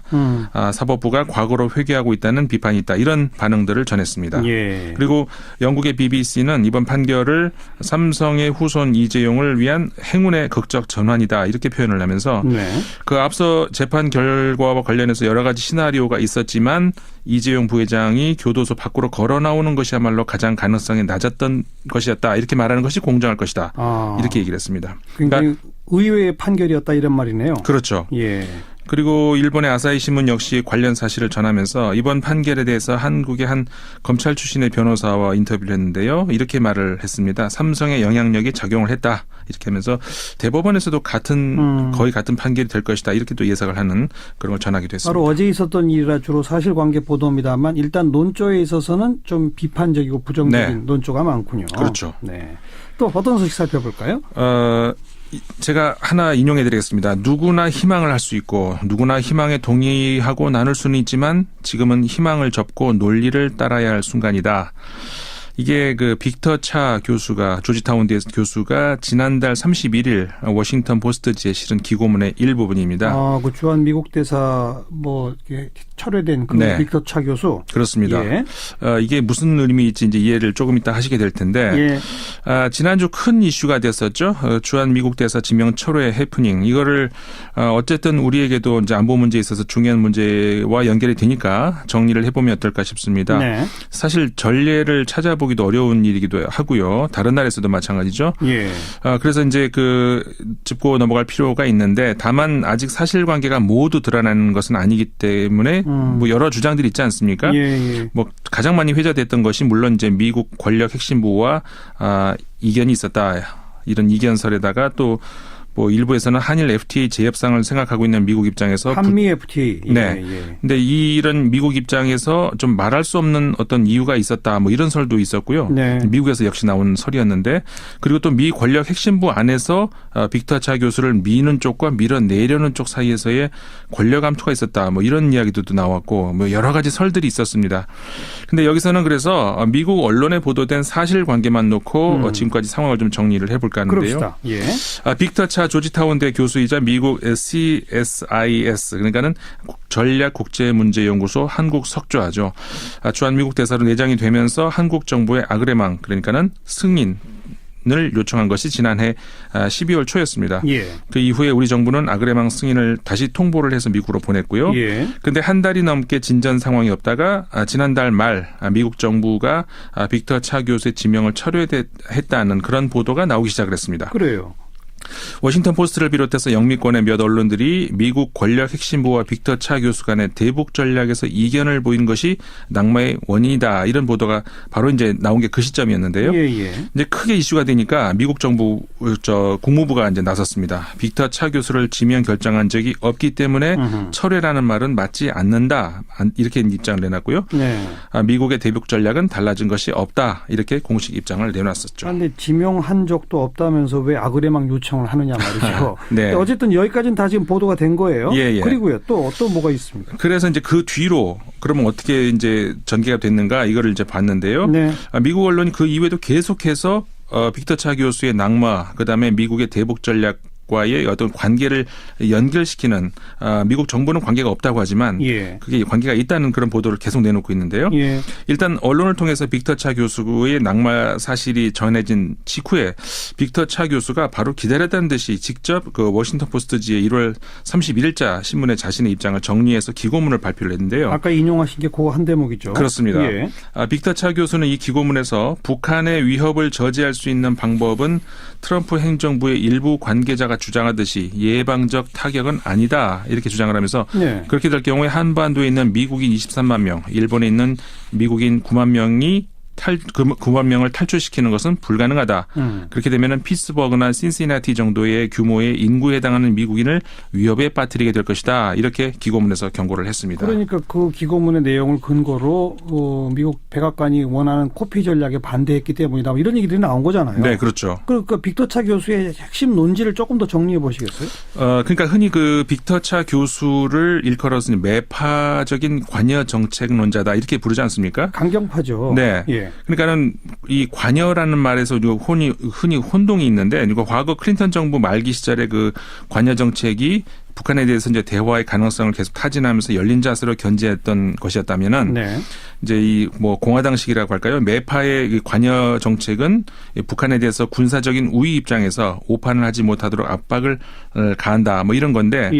그러니까 여기서 군사적 행동과 관련해서 이제 빅터 차 교수는 무력은 북한이 선제 공격을 감행할 경우에 대응하기 위한 목적으로 해야지 미국이 먼저 선제 타격 또는 예방 타격을 할 경우에는 핵전쟁을 초래할 수 있다. 이런 입장인 겁니다. 그래서 이제 미국은 그 빅터 차 교수의 주장입니다. 유엔 회원국들 특히 동맹국들과 연대를 강화해야 된다. 그 연대 차원의 군사 옵션을 준비해야 된다. 이런 것이 이제 그 현재의 미국 핵심부와 이제 차이점이라고 할 수가 있는데 저는 그 여기서요. 그 빅터 차 교수가 과거에 비해서 조금 노선이 수정된 것이 아닌가 이런 생각을 하게 됐거든요. 왜 그렇죠? 그러니까는 차 교수의 그 기고문을 꼼꼼하게 읽어보면은 아마도 과거에 그러니까 재래식 무기 당시 북한과 핵무기 사용을 가능해진 그 북한 사이에서의 어떤 그 차이점, 그러니까 대응이 같을 수는 없다. 이런 생각을 한 것이 아닌가. 그러면서 약간 수정이 된 것이 아닌가. 이런 생각을 해야 되는데 앞에서 그 기고문 한 그 부분을 인용을 해드렸습니다마는 빅터 차 교수는 군사적 타격은 북한 정권에 충격을 줘서 지난 수년간 아무 행동을 하지 않았던 미국의 진정한 힘을 깨닫게 하고 북한을 비핵화 협상 테이블로 불러낼 것이라는 희망적인 시각이 있다. 말이 굉장히 멋있지 않습니까? 그러니까 차 교수 본인도 여기에 공감을 한다는 겁니다. 그러니까 선제적 군사 타격이 효과가 있다면 나도 동의할 수 있다. 그런데 그 효과가 지금 의심스럽다 이런 말이에요? 그렇죠. 그러니까는 거기서 바로 이어지는 말이 아까 전해드린 그 인용문이었는데요. 그러니까 누구나 희망은 할 수 있고 누구나 희망에 동의할 수 있고 나눌 수는 있지만 지금은 희망을 접고 논리를 따라야 할 순간이다. 그런 선제 타격 주장은 희망일 뿐이다. 그렇죠. 지금 그 희망은 나도 동의하지만 그거 안 되니까 이제는 논리를 따라라. 아까 말씀드린 알겠습니다. 것처럼 미국의 진정한 힘을 깨닫고 말은 멋있지 않습니까? 나도 그러고 싶다. 하지만 지금은 그렇게 할 때가 아니라는 건데 그러니까 말하자면 미국 안보 분야의 핵심 분야에 있는 사람들이 이 차가운 논리적인 사고를 하는 대신에 기분 좋은 희망에 젖어서 정책을 추진하고 있다. 이런 비판이라는 것이죠. 그래서 그 빅터 차 교수는 이 기고문에서 미국 일각에서는 여기보다 저기서 그러니까는 미국보다는 저 한반도에서 사람들이 죽는 게 낫기 때문에 선제 타격 또는 예비 타격식의 어떤 리스크는 감수할 수도 있다. 이런 입장이라고 지적을 하고 있거든요. 뭐 이런 입장은 빅터 차 교수의 주장이 아니더라도 지난해 백악관 그다음에 공화당 일각에서 종종 주장해왔던 그런 거 아니겠습니까? 그래서 우리를 분노하게 했던 거 아닙니까? 그렇습니다. 그러니까는 한반도 위기 정책을 위기 대책을 컴퓨터 전략 게임 정도로 생각하는 사람들이 혹시라도 있다면 그거를 과연 우리가 동맹국의 입장이라고 이해를 해줘야 될 사안이냐? 컴퓨터 마우스를 뺏어야죠. 그런데 아무튼 이런 논란이 있고 나서 미국 정부는 우리는 뭐 선제 타격, 코피 전략 이런 거 없다. 그냥 최대한 압박 캠페인이 우리 전략이다라고 공식 입장을 밝히고는 있죠. 그랬죠. 근데 여기서 우리가 좀 짚어봐야 될 게요. 물론 코피 전략은 없죠. 그러니까 이거는 미국 그 정부의 공식 전략 용어가 아니고 유럽 언론에서 이제 70년대 처음 나온 용어인데요. 예. 당연히 미국은 그러니까는 부인을 하는 것이죠. 예. 근데 문제는 이 코피 전략이라는 말 뒤에 숨어 있는 이 선제 타격과 예비 타격 사이에서의 큰 차이를 간과하게 만들어 버린다는 데 있다는 것이죠. 예. 수사학적인 어떤 함정인데 예. 이 기고문 이후에도 미국 언론은 계속해서 미국의 그 선제 타격 가능성을 이야기를 하면서 군사 행동 옵션을 경계를 하고 있다는 겁니다. 그러니까 공식적으로는 부인하면서도 검토는 하고 있다. 네, 그렇죠. 그 2월 1일자 워싱턴 포스트는요.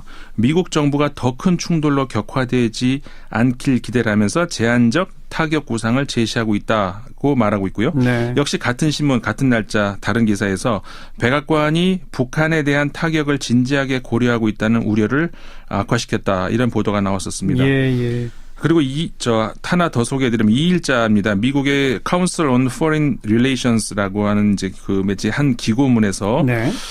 외교적 관여와 최대 압박이 동시에 사용될 때 효과가 있는데 미국 정부는 최대 압박에 집착을 하고 있다면서 군사 타격만으로 핵무기를 포기시킬 수 있다는 발상은 무조건 양보하는 것만큼이나 위험하다. 이런 지적을 내놨습니다. 네. 그리고 어제죠. 그 5일자 워싱턴 포스트 사설에서는 북한이 참여하는 동계올림픽에서 긴장이 낮은 수준에도 불구하고 트럼프 정부가 고려 중인 군사 옵션, 코피 전략 이런 것들을 포함해서 이 옵션에 대한 논란이 다시 불거지고 있다. 이렇게 지적을 하기도 했거든요.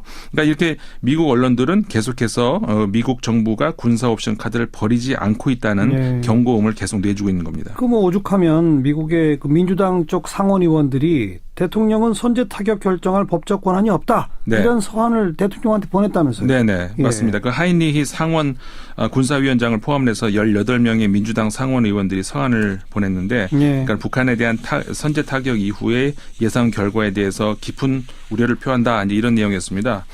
그러니까 이거는 북한의 오판 그다음에 보복을 유발한다는 그런 이제 주장인 셈인데 그러면서 미국 대통령은 국회 승인 없이 그 예방 타격 또는 선제 타격에 대한 헌법적 기반이나 법적 권한이 없다 이렇게 주장을 한 건데 그 워싱턴 포스트가 그 5일자 보도에서요. 이 서한은 트럼프 대통령이 당초에 그 주한 미국 대사 내정자를 갑자기 철회하는 등의 상황에 따른 것이다 이렇게 전했거든요.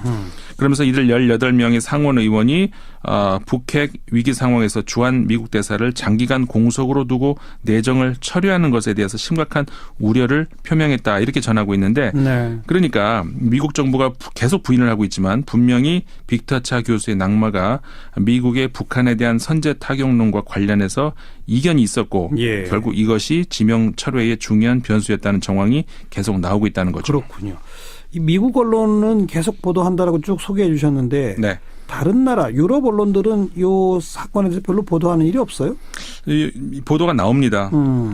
그리고 이 아그레망이 철회되는 아그레망을 받은 그 대사가 철회되는 이런 일이 유럽에서도 사실 드문 일이거든요. 전 세계적으로 드문 일이겠죠. 네.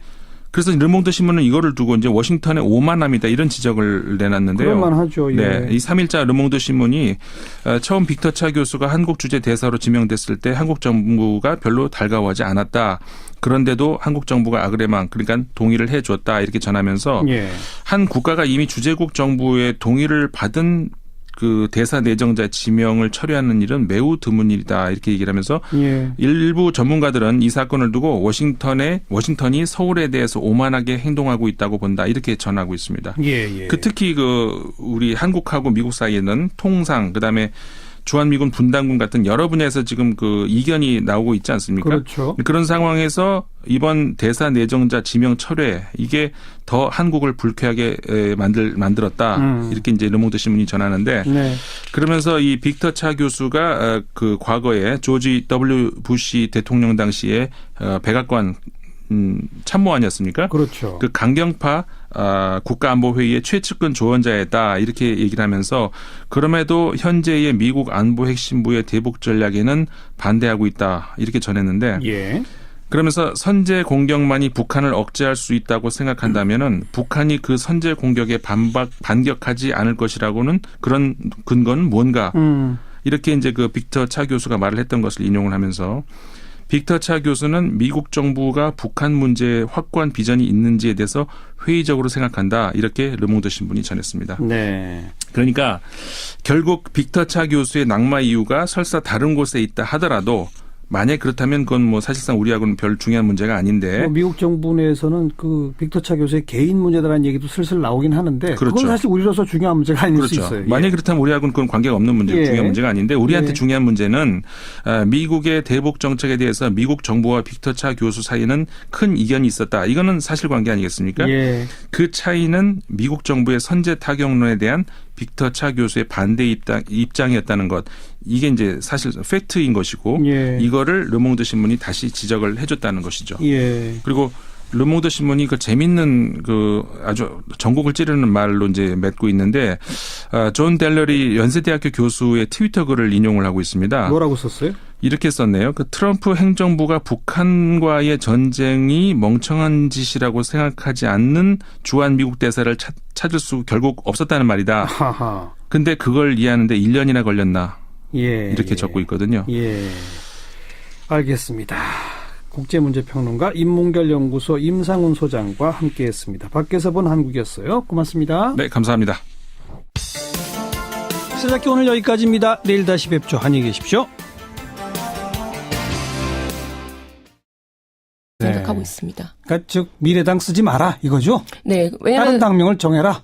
왜냐면 저희는 정말 이거 당명 하나 정하는데 전국 청년들이 모여가지고 심사숙고하고 100년간은 정당 만들려고 한 거거든요. 네, 그래서 시민분들 많은 좀 관심을 좀 가주셨으면 좋겠습니다. 오는 6월 지방선거에 우리 미래에도 후보를 내실 거죠? 네, 후보 냅니다. 그러니까 저희가 처음 하는 저희 데뷔장인데 데뷔도 하기 전에 뿌리도 내기 전에 먹칠을 당하고 있습니다. 그 후보는 뭐 전국적으로 다 냅니까? 어떻게? 아니요, 저희가 이제 처음이다 보니까 기초의원부터 해서 동네 정치부터 바꿔보자 해서 기초의원부터 준비하고 있습니다. 이 우리 미래의 정책적 노선은 뭐예요? 가장 큰 4대 정책이 청년 독립, 국민 주권, 기본소득 통일한국인데요. 그래서 청년들 문제 좀 심각한데 전 이게 단순한 청년 문제가 아니라 전 세대의 문제 집약체라고 보고 있거든요. 그래서 청년 문제가 해결돼야 대한민국 숨통이 트이고 그래 좀 더 한 발짝 나갈 수 있다. 해서 이렇게 하고 있습니다. 네, 청년 독립, 그다음 국민 주권, 통일한국, 기본소득. 네. 통일한국, 기본소득제. 네. 기본소득제 도입하자. 네, 네, 맞습니다. 상당히 진보적 성향의 네, 완전히 정당이군요. 지금 통합신당하고는 색깔 자체가 다른 정당입니다. 뭐 안철수 후보가 그 유승민 대표가 미래를 말한다. 미래를 대신하겠다 하겠는데 청년들이 직접 정치하겠다고 나섰으니까 미래는 그냥 저희한테 맡겨주시고 네, 다른 정치 노선을 좀 했으면 좋겠습니다. 우리 미래가 미래를 책임질 테니 안철수 유승민은 빠져라. 네. 그 두 분 한 당 하나 하루 합치고서 만들고 또 국민의당에 남은 분들은 또 민주평화당 만들고. 네, 맞습니다. 이거 어떻게 보세요? 저는 이해집산에 따라서 된 거기 때문에 다른 의견할 게 없다고 봅니다. 그들만의 그 이해관계에 따라서 그렇게 된 부분이기 때문에. 각자 이해관계에 따라서 그냥 이합집산이다? 네네. 명분도 없다? 네, 근데 큰 나중 그림으로 봤을 때 다당제로 가는 거는 좋은 구도지만 저런 식의 다당제도 좀 괜찮은가는 좀 생각해 볼 문제인 것 같긴 해요. 알겠습니다. 네. 어떻게 될지 저희도 함께 관심 갖고 지켜볼게요. 고맙습니다. 감사합니다. 우리 미래당, 그냥 우리 미래의 김소희 대변인이었습니다. 윤태권 실장 어서 오십시오. 네, 안녕하세요. 마이클 펜스 미 부통령, 아베 일본 총리, 북한의 김영남 상임위원장, 정말 거물급들이 평창에 다 모이는데 조금 분위기는 껄끄러울 것 같아요. 이게 뭐 화기애애한 게 아니라요. 신경전 분위기고 뭔가 우리가 중간에 끼인 듯한 느낌이 들어요. 일단 펜스 부통령 지난 4일에 이제 미국 피츠버그 연설에서 동계올림픽 참석과 관련해서 전략적 인내 시대는 끝났다는 간단 명료한 메시지를 전달하러 가는 것이다. 이렇게 말했어요. 그날 트럼프 대통령이 연두교서를 통해 북한을 강하게 비난한 날이거든요. 그리고 한국 와서 일정도 조금 이상하더라고요. 자, 8일 날 와서 2박 3일간 머무릅니다. 8일 문 대통령하고 회동을 해요. 그 다음에 뭘 하는 거 아니? 평택에 그 해군 2함대에 가면 서해 수호관이라고 있습니다. 천안함 전시장 인양 해가지고 이렇게 막 부서진 거 있지 않습니까? 거기를 보러 가요. 그리고 9일이 이제 올림픽 개막식인데 개막식은 이제 저녁에 하지 않습니까? 그렇죠. 그 전에는 탈북자들하고 간담회를 갖는다고 해요. 그리고 개막식에는 그 북한에 억류됐다가 의식불명 상태로 귀국해가지고 며칠 있다 사망한 그 미국 대학생 오토 원비어 부친 프레드 원비어를 초청했습니다. 그래요. 예. 완전히 그 일정으로 행동으로 대북 강경 모습을 그냥 보여주는 거네요. 그렇죠. 그러니까 이게 문 대통령하고 회동 정도를 제외하고는 이런 자리에서 무슨 말을 할지는 뭐 뻔한 거 아니겠습니까? 그러니까요. 미국이 이제 북한에 부정적인 건 두 가지죠. 크게 봐서 인권과 안보. 이 두 가지에 다 강력한 시그널을 보내겠다. 이런 걸로 보여요.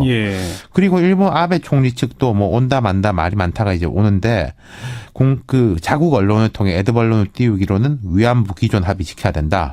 대북 제재 강화해야 된다. 그 이야기 하러 간다. 이러고 있어요. 그런데 북한에서는 이 명목상 국가수반 김영남 최고인민회의 상임위원장이 와 있고. 그렇죠. 그리고 지금 북한 예술단이 탄 배 만경봉호 오늘 이제 동해안 묵호항에 정박을 했죠. 지금 도착했죠. 권성동 의원 보좌관 사이에 다수의 전화 통화가 있었던 사실을 확인합니다. 근데 이 최모 씨하고 권성동 의원 보좌관은 수사 과정에서 강원랜드 청탁과 관련돼 있다는 증거가 발견된 사람들이에요. 그러니까 그래 수사 대상이었던 사람이고 수사 대상이 전 검찰 간부랑 수차례 통화를 했다. 예, 그 심지어 그 전 검찰 간부는 사장의 차명폰 녹음 파일에서 언급이 된 적도 있는 사람입니다. 그러니까 이런 사람들이 긴밀하게 통화한 걸 보고 이게 관련이 있다고 의심하게 된 것이죠. 예. 그리고 두 번째 증거 목록 삭제 요구는 뭡니까?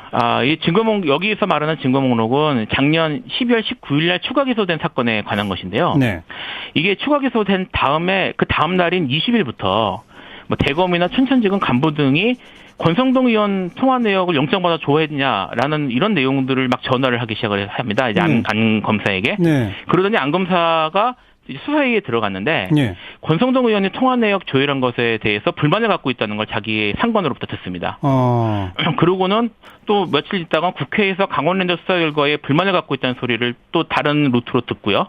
그러더니 결재권자, 그러니까 뭐 위에 부장이나 이런 결재권자들이 권성동, 염동열 의원 그리고 모 전직 검찰 간부와 관련된 증거를 모두 삭제하라는 요구를 하기 시작을 합니다. 이미 기소를 한 후인데도 불구하고 그러니까 결국 안 검사가 상관에게 계속 거부를 하다가 1월 30일경에 삭제할 수 없다는 최종적 통보를 검찰 내의 메신저를 사용해서 합니다. 그 메신저 캡처 내용이 지금 좀 전에 속보로 보도가 됐어요. 그래서 이것만 객관적 증거로 지금 확인된 상황입니다. 알겠습니다.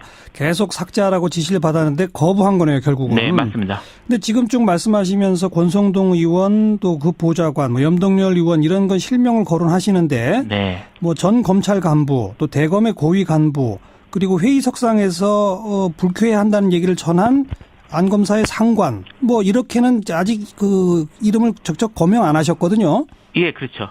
앞으로 이 별도 수사단이 재조사를 하거나 이 외압 과정에 대한 수사를 하게 되면 다 그 실명을 공개하시게 될 거죠. 뭐 여기 사실 금방 확인이 가능한 내용들이기 때문에 검찰 내부에서는 확인하는 건 어렵지 않을 거라고 생각합니다. 그러니까 어떤 대검 간부가 어떤 전직 검찰 간부가 이러이러한 전화와 얘기들을 나한테 했다.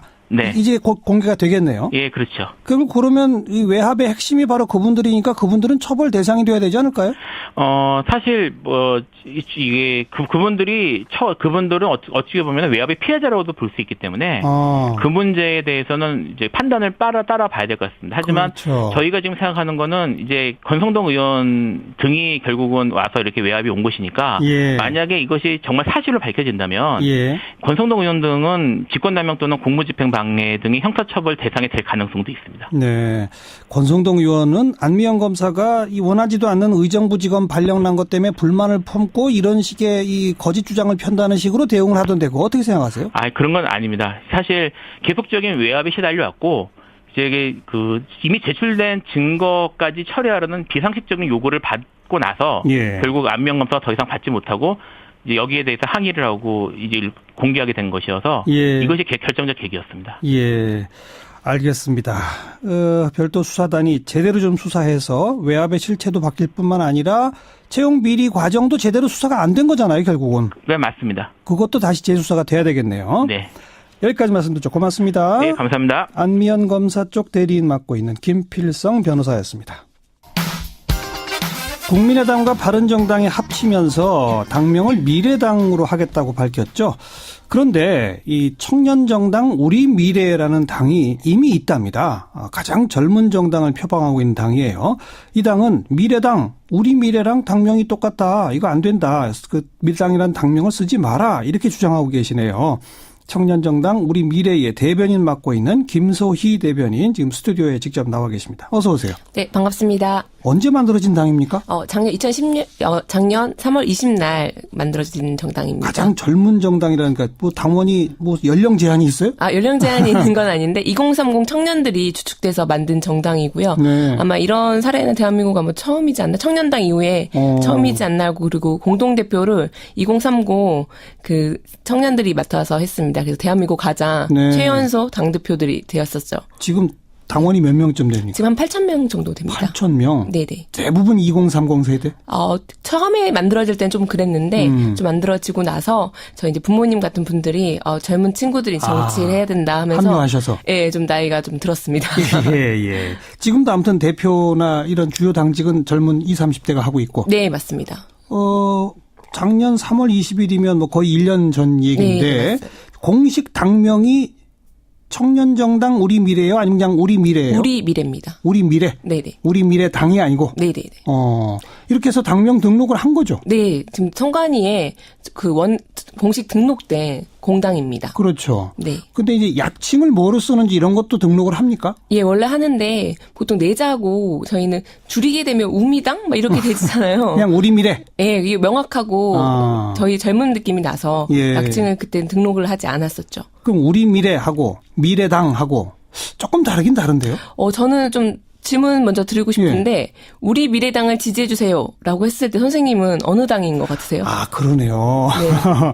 우리 미래당을 지지해주세요. 그러면 우리 미래당이 될 수도 있고 우리 미래가 될 수도 우리 있는데 미래가 될 수도 있고. 저희는 정말 생존이 걸린 문제여가지고 하게 됐습니다. 근데 중요한 건 또 안철수 대표님이 모르셨던 것도 아니거든요. 그래요? 3월 20 선관위 등록된 날 저희가 김재동 씨가 지금 자문위원장님으로 계세요. 정책 토론회를 했었는데 미래정치편으로 그날 저희와 함께 그 정책 토론회를 해서 청년 정치 이렇게 응원한다고 안철수 대표가 하고 가셨습니다. 작년에. 우리 미래라고 하는 당이 있다는 거를 이미 알고 계셨죠. 모를 수가 없는 거네요. 네네. 마이크 검색해 보시면 우리 미래 마이크 드신 사진 나옵니다. 네. 알면서도 헷갈릴 수 있는 미래당이라는 당명을 결정했다.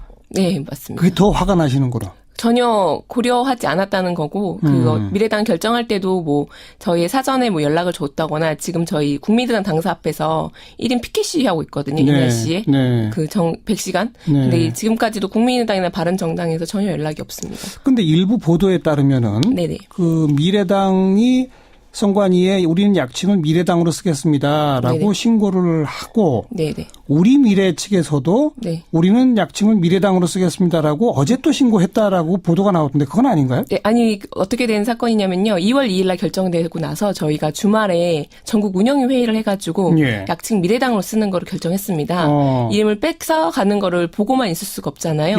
그래서 월요일 오전에 선관위 방문해서 자문도 받고 했는데 이제 알아보고 이제 서류 등록을 하러 가서 선관위를 갔는데 6시 2분에 도착했어요. 근데 국민의당이 약칭으로 미래당을 가지고 온 거예요. 국민 약칭이라는 게 줄임말이잖아요. 그렇죠. 근데 국민의당 약칭을 미래당으로 해서 근데 더 재밌는 건 바른정당 원내대표 보좌관님이 들고 오셨어요.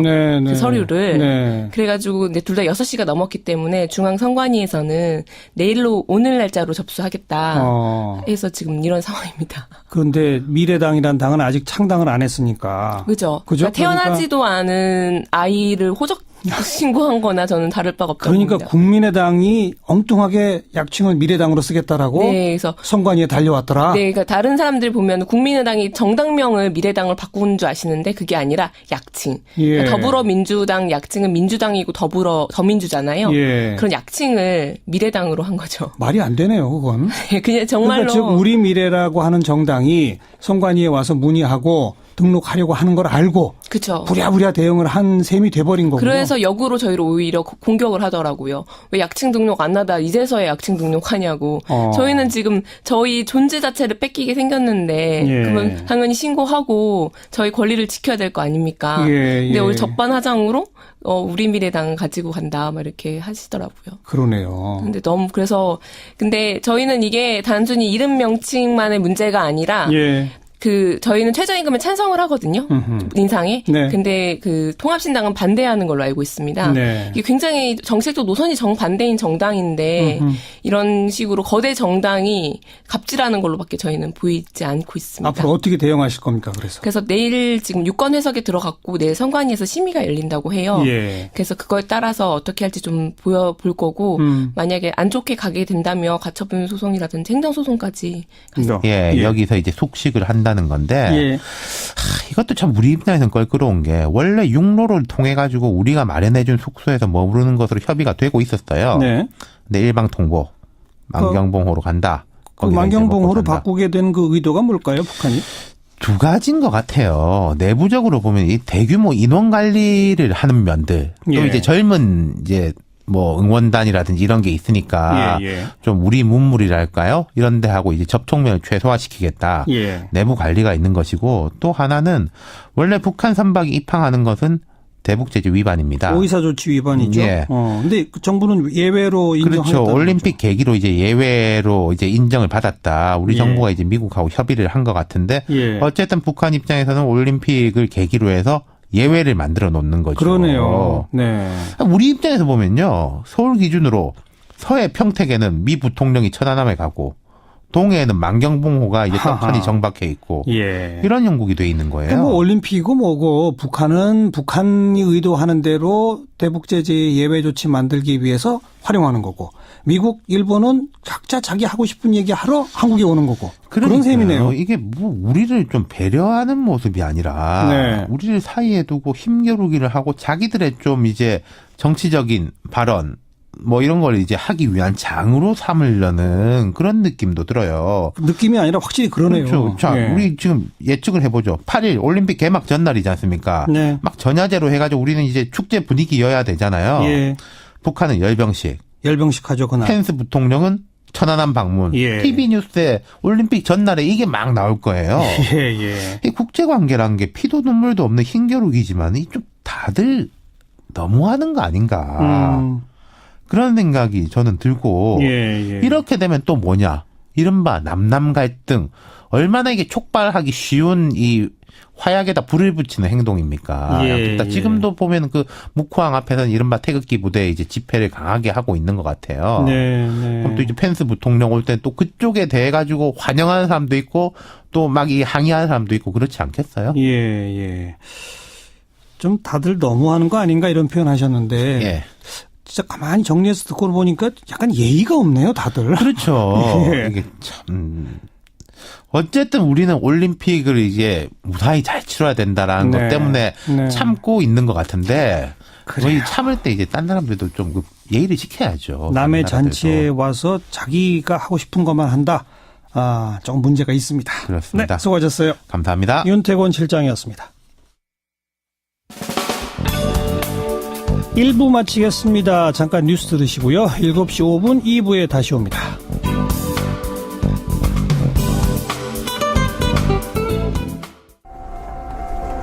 오늘 하루 화제가 된 뜬 뉴스들부터 정리해드립니다. CBS 김효은 기자 어서 오세요. 네. 오늘 첫 번째 뜬 뉴스는요? 네, 혹시 2016년에 우리나라 신혼부부들이 가장 많이 선택했던 허니문 장소가 어딘지 아십니까? 모르겠는데요. 네, 몰디브입니다. 몰디브. 네, 인도양에 있는 섬나라인데요. 그림 같은 풍경 때문에 신혼여행지로 인기가 매우 높습니다. 그런데 이 몰디브에 국가 비상사태가 선포됐다고 해서 오늘 하루 종일 실시간 검색 상위권에 올랐습니다. 국가 비상사태요? 네. 왜요? 현재 시간으로 5일 압둘라 야민 몰디브 대통령이 15일간의 비상사태를 선포했습니다. 최근 몰디브 대법원은 전직 대통령을 포함해 유죄 판결을 받았던 반체제 인사 9명을 석방하고 의원직을 상실한 야당 의원 12명의 복직을 명령했는데요. 네, 야민 대통령이 대법원의 명령을 거부하고 비상사태까지 선포한 겁니다. 그럼 이제 어떻게 되는 겁니까? 네, 외신에 따르면 군경이 대법원장과 대법관을 체포했다고 하고요. 하하. 네, 야민 대통령의 이복 형제인 가윤 전 대통령도 평소 야당 편에 섰다는 이유로 체포됐다고 합니다. 예. 네, 일단 비상사태가 선포되면 사전 영장 없이 수색이나 압수, 체포, 구금이 가능하다고 합니다. 강력한 독재 국가군요. 네. 지금 우리 교민이나 여행객 피해는 없어요? 다행히 현재까지 피해 상황은 없는 것으로 파악되고 있습니다. 외교부는 현재 수도인 말레섬 등의 여행경보 1단계인 여행 유의를 발령한 상태인데요. 네. 중국과 영국, 인도 등 일부 국가들도 여행 주의보를 내렸습니다. 예. 혹시라도 여러분 안녕하십니까? 정관용입니다. 강원랜드 채용 비리 수사에 정치권과 검찰 고위층의 외압이 있었다. 안미연 검사가 직접 폭로하고 나섰죠. 조금 전 대검찰청은 이 강원랜드 채용 비리 별도 수사단을 구성해서 본격 조사에 돌입한다고 발표했네요. 안미연 검사의 문제 제기가 받아들여지는 모양새인데 잠시 후에 안 검사의 대리인 맡고 있는 김필성 변호사 연결해서 이야기 들어보겠고요. 국민의당, 바른정당, 통합신당을 미래당으로 하겠다고 했죠. 그런데 청년정당인 우리미래라는 정당이 이미 있답니다. 미래당은 우리들 당명이다 이렇게 주장하고 나섰는데요. 청년정당 우리미래의 김소희 대변인 이야기 들어보겠습니다. 7시 5분 시작되는 2부에서는요. 이번에 70년의 대화라는 제목의 이 남북관계에 대한 책을 펴낸 인제대학교 김현철 교수 오래간만에 스튜디오에서 만나봅니다. 남북은 그동안 어떻게 대화를 해왔는지, 지금 올림픽이 열리는 지금 앞으로 어떻게 해야 할지 이야기 나눠보고요. 외신을 통해 우리 모습 돌아보는 밖에서 본 한국까지 2부 시간에 준비하겠습니다. 잠깐 광고 듣고요. 강원랜드 채용비리 수사에 정치권과 검찰 고위층의 외압이 있었다. 이 현직인 안미연 검사가 이런 폭로를 했죠. 어제만 해도 춘천지검이 사실이 아니다 이렇게 반박을 하고 나섰는데 조금 전 이 대검찰청은 별도 수사단을 구성해서 본격 조사에 돌입하겠다고 입장을 밝혔네요. 문제제기가 일단은 좀 받아들여지는 그런 모양새인데 안미연 검사 쪽 대리인 맡고 있는 김필성 변호사 연결합니다. 김 변호사님 안녕하세요. 네, 안녕하세요. 예. 어제랑 저 상황이 다르네요. 춘천지검 차원에서는 반박하더니 대검찰청이 이제 안 되겠다고 생각한 모양이죠?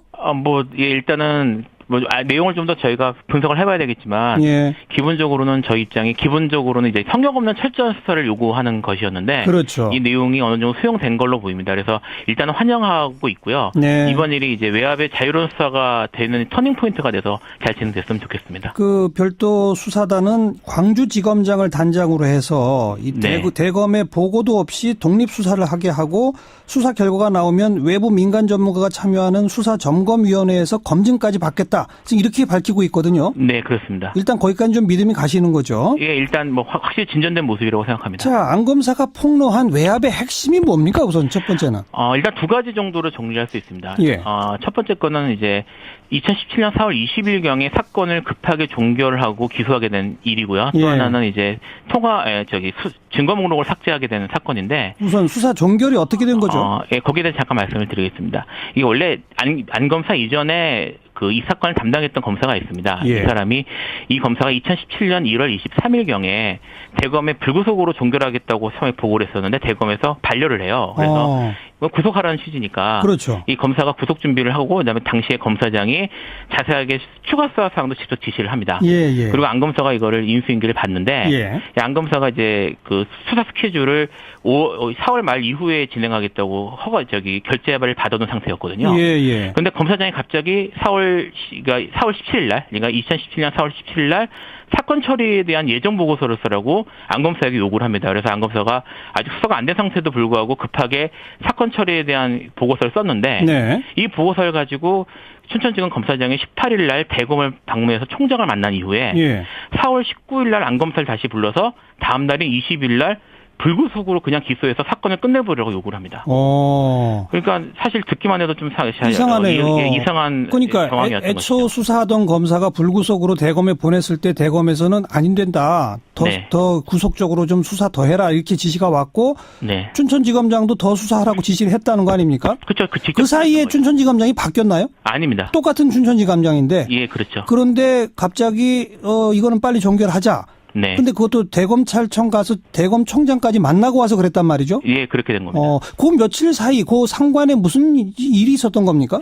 사실 그때 당시에 안 검사는 이상하다는 생각했던 것 같습니다. 근데 이후에 이제 수사가 좀 더 진행되면서 당시에 이상한 일이 있었다는 걸 알게 됩니다. 어떤 일들이 있었던 거예요? 4월 16일경, 직전인 4월 16일경에 강원랜드 당시 사장의 최측근인 최모 씨, 그다음에 전 검찰 간부하고